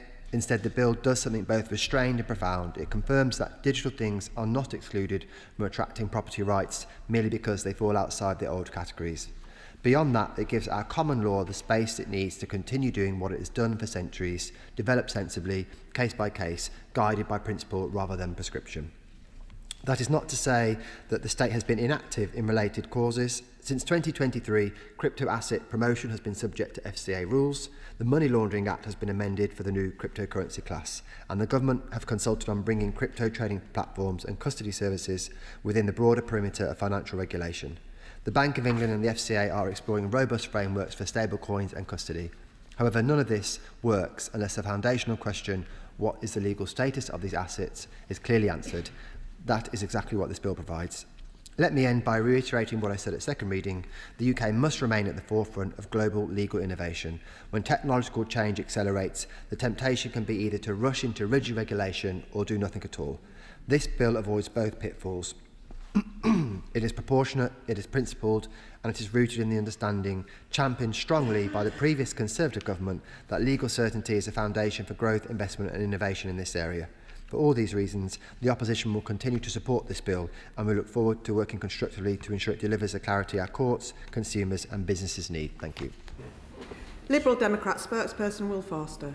Thank you, Madam Chair. It's a pleasure to speak once again in this chamber on the Property Digital Assets Bill. The bill very much brings with it a modern legal framework that will allow Britain to take every opportunity we can whilst protecting ourselves in an ever-increasing and digital changing age. The Liberal Democrats support Clause 1 of the Property Digital Assets Bill. It states that a thing, including a digital or electronic thing, will not be deprived of legal status as an object of personal property rights merely by the reason of the fact that it is neither a thing in action or a thing in possession.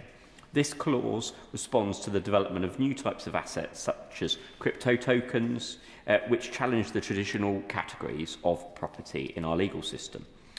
In the other place, they scrutinise this legal framework incredibly well, and I'm very grateful for their work.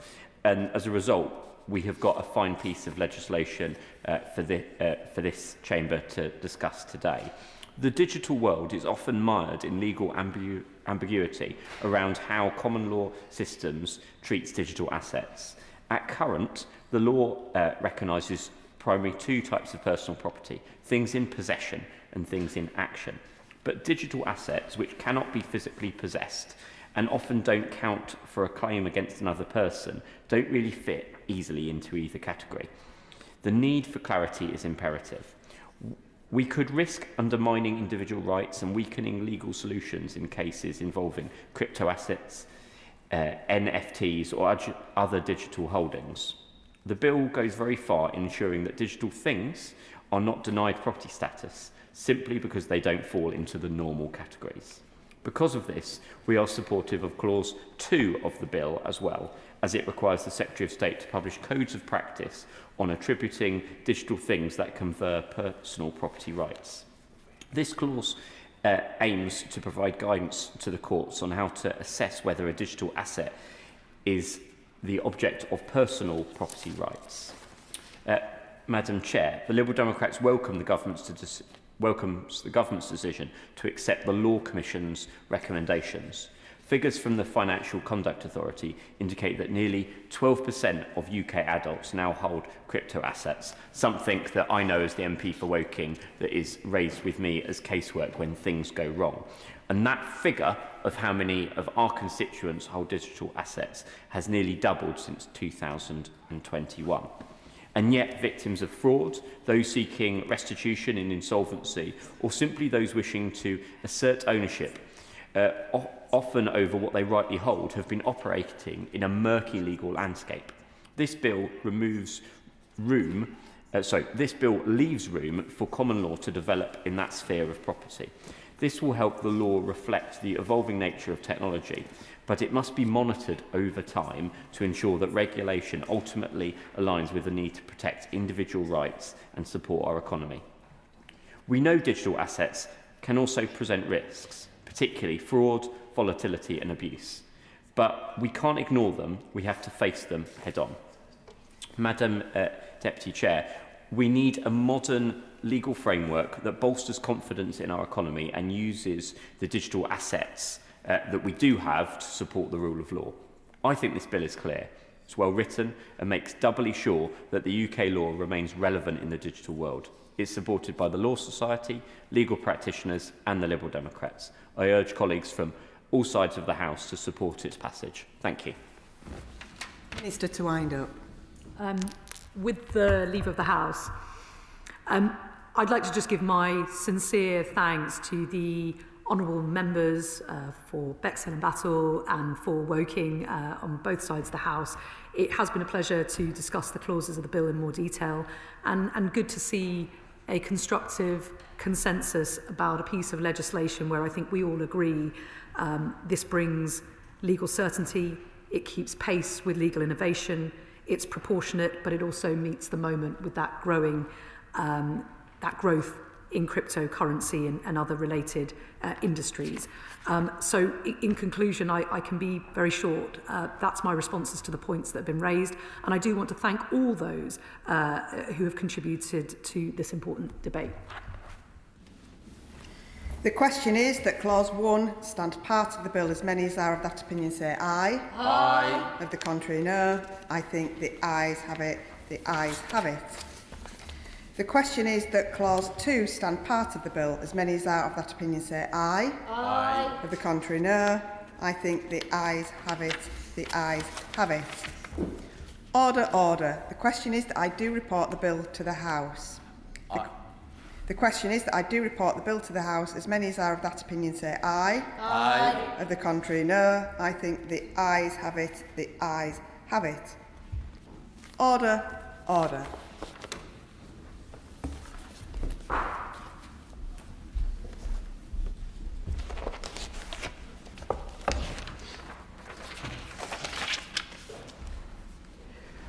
Order.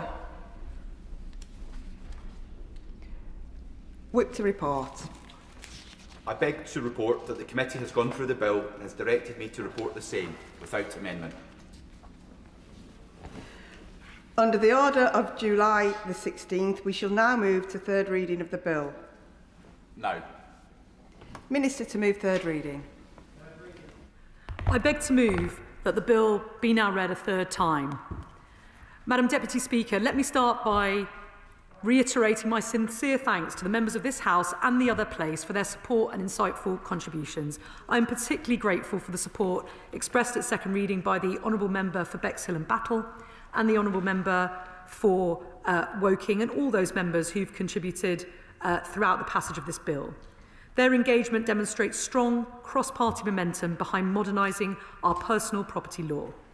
I also pay tribute to the former Special Public Bill Committee, which gathered expert evidence and was so ably led by Lord Anderson of Ipswich. The Law Commission deserves particular recognition. Its exemplary work, led by Laura Burgoyne and Christopher Long, on which this bill stands. Their engagement with stakeholders has been gold standard and really demonstrated the benefits of coherent law reform, transparent, expert-led and deeply consultative.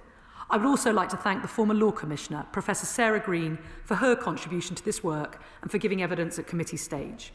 Lastly, I'd like to put on record my thanks to the officials who've worked tirelessly on this bill. I thank my policy officials, Alicia Love and Jonathan Fear, the bill managers, Harry McNeill-Adams and Lily Sullivan, and Helen Hall from the Office of Parliamentary Counsel, and also thank you to my private office, in particular my private secretary Amelia Overton and Meheret Ashanafi. Madam Deputy Speaker, this is more than a bill. It's a landmark step towards ensuring that the law of England and Wales and Northern Ireland not only keeps pace with innovation, but leads it. This law will give digital pioneers the certainty they need, backed by the legal strength they expect from our country. And it shows that our economy is open, our ambition is global, and we are here to support innovation. By supporting the recognition of digital assets as property, the bill helps establish legal certainty.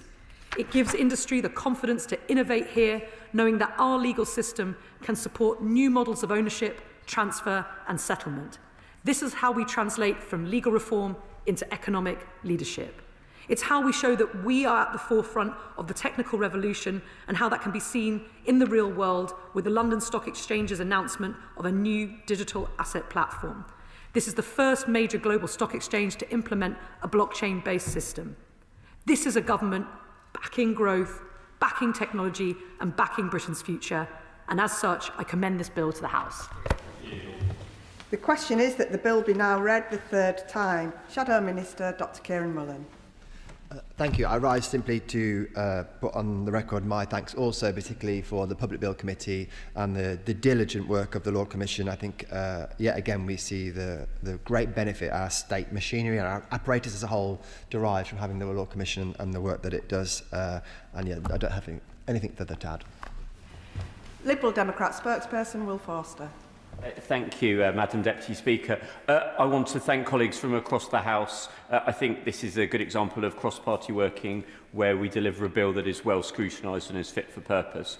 And in that spirit, I hope the Minister can take that away and encourage our other colleagues to do the same with other legislation. The question is that the bill be now read the third time. As many as are of that opinion say aye. Aye. Of the contrary, no. I think the ayes have it.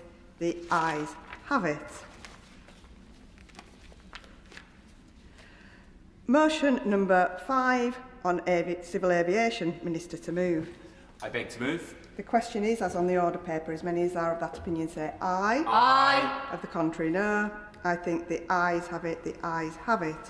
Motion number 6 on electronic communications. Minister to move. I beg to move. The question is, as on the order paper, as many as are of that opinion say aye. Aye. Of the contrary, no. I think the ayes have it. The ayes have it. We now move on to the petition. Petition, Mrs Davies. Thank you, Madam Deputy Speaker, and I rise on behalf of the 279 constituents from Crawley Down in my constituency of East Grinstead, Uckfield and the Villages, and the further 370 who have signed this online. And I present this petition, Madam Deputy Speaker, as I most specially present it on behalf of Joy, an elderly constituent who risks being cut off and isolated should this unwanted and warranted development take place. The prayer of the petition is as follows. The petitioners therefore request that the proposals to potentially demolish the existing dwellings in Woodlands Close and create a significant new access road serving potentially 48 additional homes is inappropriate and would cause significant harm to the wider local community. Further declares that the scale of the proposed development is out of keeping with the surrounding area, that residents would be subjected to noise and disruption, and that the affordable housing mix of the proposed development is inadequate, that Woodlands Close could not accommodate the volume of traffic which would arise from the development, and that the development would risk harming the heritage asset of the Grade 2 listed Burley Cottage and the natural environment, and that the public consultation regarding this proposal was inadequate and has not taken into account the significant amount of flooding risks and topography. The petitioners therefore request that the House of Commons urge that the government do encourage Mid-Sussex District Council to withhold planning permission for this development to protect the wider local community in Crawley Down, and in particular any homes impacted by this significant road layout change which will isolate one dwelling in particular. Yeah.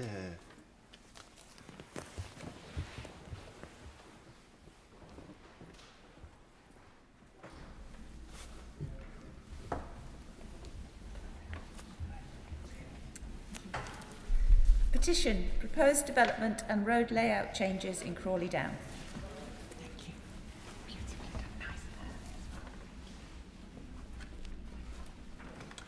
I beg to move that this House do now adjourn. The question is that this House do now adjourn. Andrew Cooper.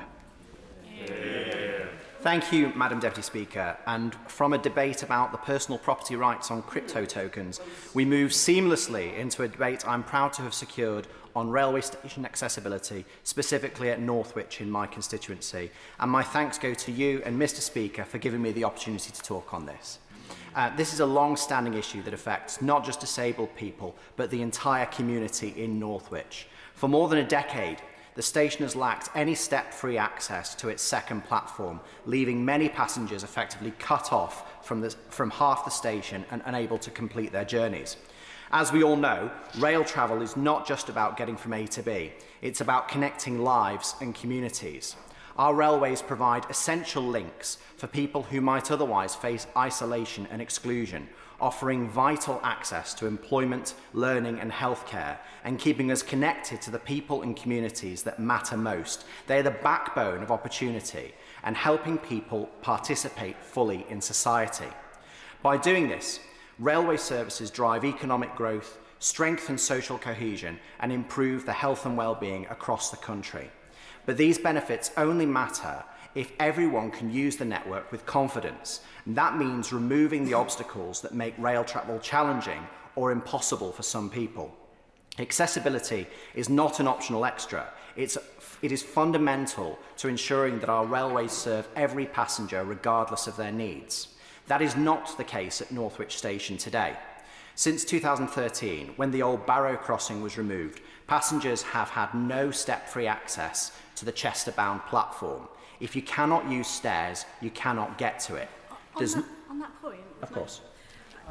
I'm grateful to my honourable friend for giving way, and I share his concerns about accessibility in train stations. We had a very similar issue at Alfreton train station where after 20 years of campaigning by Labour councillors, I was fortunate to be able to open the new lift, allowing accessibility from one side of the platform, from one platform to the other, only in July. But we still have a similar issue at Langley Mill train station. So I understand my friend's concerns, and I wonder whether my honourable friend would join me in urging the government to make accessibility at our train stations an absolute priority of this government.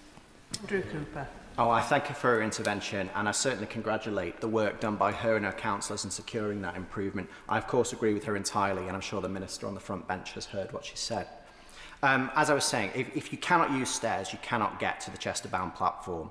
There is no lift, no ramp, just a steep footbridge with 41 steps. And this means that wheelchair users, particularly people with limited mobility, elderly passengers, parents with prams, and anyone with heavy luggage are all put at a disadvantage, or worse, locked out completely. For some, this means missing trains. For others, it means giving up on rail travel altogether. When we talk about building stronger, fairer communities or encouraging greener travel, we have to make sure our public transport is open to everyone. A railway station that only some of us can use is not truly public transport. It's exclusion by design. I've spoken with residents who are unable to visit family, attend job interviews, or enjoy a simple day out because they cannot use their local station. Local charity Disability Positive has highlighted how disabled passengers are being denied equal access. One user told them they had to be driven miles to another station simply to start their journey because Northwich was a no-go. Others are forced to rely on staff-organised taxis to get between stations, turning a simple journey into a logistical headache. While Northern Rail do their best to accommodate passengers, that is not a real solution. It's a workaround for an infrastructure failure.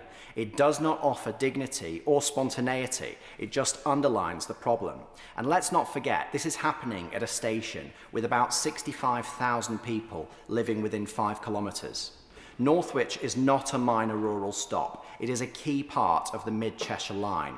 Yet we have a station that in practice only serves part of the population. What makes this worse is that we had the perfect opportunity to fix it. In 2021, the gable end of the station building collapsed onto the station's Victorian canopy, causing major disruption and narrowly avoiding killing 3 people. Part of the station building had to be demolished and rebuilt, and has in fact yet to reopen 4.5 years later. That should have been the moment to deliver step-free access. The construction teams, the plant and equipment were already going to be on site. Line possessions were going to be in place. Detailed plans had already been prepared as part of the station's soon-to-be submitted Access for All application. Cheshire West and Chester Council, Northern Rail, Network Rail and local campaigners, including the Mid-Cheshire Rail Users Association, were all united behind a proposal and were vocal in their support. The right thing to do, both in terms of the long-term saving to the Exchequer and what might be considered adequate compensation to the people of Northwich was obvious, and instead, the previous Conservative government declined to act, simply authorised a like-for-like rebuild and directed campaigners towards access for all. Would the honourable member defy? Of course. I'm grateful for my honourable friend for giving way, and he points to frustration that I feel in Weston-super-Mare, and lots of the campaigners in Weston-super-Mare feel, where we've seen missed opportunities over and over again to give people the basic dignity of access when it comes to travel. So I'm really pleased that we in Weston join the people of Northwich and Alfreton when we are getting that accessible travel. Would you agree with me that accessibility must be included by design right at the very start of any of these processes that we are looking at? I thank you for his intervention, and I absolutely would agree. I think if we're going to give people dignity, then we have to make sure that we're catering for everybody's needs. So the previous government declined to act, and so a funding application was submitted to the Department for Transport under the Access for All programme. And the previous Conservative government dithered for 3 years before then turning it down just before the general election. A once-in-a-generation chance to build access into the heart of the station was squandered. We put the walls back up and we left the barriers in place. This was not just a missed opportunity to install a lift. It was a missed chance to show that disabled people matter, that we are serious about inclusion, and that public transport is for everyone. It was a chance to spend public money more efficiently by combining projects and minimising disruption. Instead, we let it slip through our fingers, and the result is that Northwich Station remains inaccessible for many people, a neglect made all the more galling by the £99 million underspend on Access for All in Network Rail's Control Period 6. Northwich deserves to be part of that progress. It should not be left behind. Every year of delay means more people excluded from rail travel, more opportunities missed, and more money wasted on temporary fixes. That is simply unacceptable. I welcome the government's plan to establish Great British Railways, and I recognise that structural reform takes time. I also welcome the very recent publication of the roadmap to an accessible railway, the commitment to end the short-term stop-start approach to delivering step-free access, and the £373 million committed over 5 years for Access for All projects, and I'm sure the Minister will talk more about that shortly. This is a significant step forward, and I commend the government's genuine commitment to inclusion. But I also say this: warm words are not enough. Funding must follow need, and few stations in the country demonstrate that more clearly than Northwich.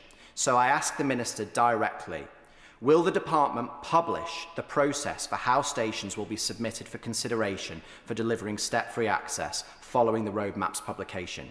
Will the Minister set out a timescale for when this will occur and when communities can expect the next batch of stations for improvement to be announced? Will he consider Northwich Station for inclusion in the next round of Access for All projects, ensuring that stations like ours, overlooked and underserved for too long, are given the priority they deserve? And will he commit to working with Network Rail and the train operating companies to ensure that in future, when rebuilds or refurbishments take place, accessibility improvements are delivered at the same time? Hear, hear. We cannot afford to miss opportunities like that again. We cannot afford to leave communities behind. Accessibility is not just about ramps and lifts. It's about dignity, independence and fairness. And it's time that Northwich had a station that reflects those values. So let's make sure that no one in Northwich is left behind simply because the station wasn't built with them in mind. Let's put that right. Let's deliver a railway that works for everyone. Thank you. Minister. Thank you, Madam Deputy Speaker. It is a privilege to respond to this important debate on accessibility at Northwich Station. It is an issue which clearly has a massive impact on Northwich community and the local travelling public, regardless of their mobility, their age, or the fact that they are travelling with heavy luggage. Many of Britain's 2,581 railway stations were constructed before modern accessibility standards were established, making them challenging to navigate for many disabled people. My department's recent accessibility audit found that approximately 56% of stations are step-free. It might also be helpful for me to explain that around 66% of the 1.3 billion journeys that take place on the network every year are between these step-free stations. This is a significant piece of progress compared to where the network was just a few years ago, but we still have a long way to go. I would also like to assure my honourable friend and other honourable members that accessibility is an absolute priority for this government. And once it's fully established and operational, it will be of critical importance for Great British Railways. We are absolutely committed to delivering accessibility improvements, allowing more people to travel easily, with confidence and with dignity. We also know that the experience for disabled people when travelling on the rail is too often falling short of what is expected and what passengers frankly deserve. And that leads me on to our recently published Rail Accessibility Roadmap, which ensures we remain on track to deliver improvements both to facilities and to the little things that create the better passenger experience. The roadmap includes a range of tangible actions that will improve the experience of disabled passengers on existing lines, including the assistance they receive, access to journey information, and improvements to how we maintain lifts, escalators, and facilities such as toilets. Meaningful improvements are being delivered across the railway to improve the accessibility of the network. Through the Access for All programme, we have already delivered step-free access to over 270 stations right across Britain. This has included new lifts and bridges, ramps, tactile paving, improved signage and wayfinding changes that make a real difference in the everyday lives of passengers. 32 station accessibility upgrades have been completed since the beginning of April 2024, with accessibility upgrades at a further 5 stations planned for completion by the end of March 2026. Smaller scale accessibility upgrades have also been completed at more than 1,500 locations. This has included everything from accessible ticketing machines to better lighting, handrails and help points. This is real progress, and we're making strides to transform journeys for passengers who previously struggled to use the railway or were unable to use it at all. And we're continuing to invest in station accessibility. As part of the 2025 spending review, the Chancellor confirmed £280 million for Access for All projects over a 4-year period. Now that we've addressed some of the steps that the government is taking to ensure we provide adequate accessibility at stations, I'd like to turn to the specific topic of this debate, accessibility at Northwich Railway Station in my honourable friend's constituency of Mid-Cheshire. Today, I regret that Northwich Station does not offer full step-free access. And as my honourable friend set out in his speech, the Chester-bound platform remains accessible only via a bridge with stairs. For wheelchair users, people with mobility needs, parents with pushchairs, travellers with luggage, this is a real challenge and hugely regrettable in 2025. In 2022, the previous government sought nominations for stations across Britain to benefit from upgrades as part of the Access for All programme. A total of 310 nominations were received, including for Northwich Station. Indeed, this nomination received strong support from my honourable friend. The previous government announced that the initial feasibility work would be undertaken at 50 of these projects. And as my honourable friend knows, Northwich Railway Station was not one of those stations announced. Of course, it's not for me to comment on decisions made by the previous government, but I absolutely recognise his disappointment and frustration with that decision. In his speech, my honourable friend spoke clearly and passionately about the gable end of the station building collapsing into the Victorian canopy and the immense disruption it caused to users of the station. As he observed, this created an opportunity to deliver step-free access at Northwich Station. And again, I recognise my honourable friend's frustration that such an opportunity was not taken under the previous government. Let me now respond to some of the specific questions my honourable friend put to me in his speech. First, he asked whether the department will publish the process by which stations will be submitted for consideration under future rounds of the Access for All programme. Our recently published Rail Accessibility Roadmap includes a clear commitment to reform the Access for All programme, as part of establishing Great British Railways. As colleagues may know, the Railways Bill recently had its first reading, and as this progresses, we'll be able to provide a clear timeline for reforms to the Access for All programme. But please be assured of our commitment to transparency and for a reformed, more efficient approach to this programme. I will indeed. I thank my honourable friend for giving way. He's making a compelling case about why the government is so insistent on making all stations accessible to ensure that everybody has access to public transport. Would he share my frustration, therefore, in Worcestershire, in my hometown of Redditch, where plans for a new redeveloped station have been cancelled by the local reform-led council, which was about bringing the station up to compliant standards for accessibility, just at the same time when this government has pledged hundreds of millions of pounds to improve cross-city lines via the Midlands Rail Hub? Would he share with my frustration and urge the County Council to think again about the redevelopment plans? Minister. Look, I do indeed share your frustration and the frustration of, I suspect, hundreds of your constituents, of the honourable members' constituents, who will continue to have challenges using the rail network. We're very much committed to delivering a more accessible rail system, and I'm sure he'll continue to make his thoughts of his constituents loud and clear to that local council. So second, my honourable friend asks about the timescale for the next tranche of Access for All stations, which will be announced soon. Network Rail have completed feasibility studies on the 50 stations selected by the previous government. And in the coming months, we'll announce which of these will progress.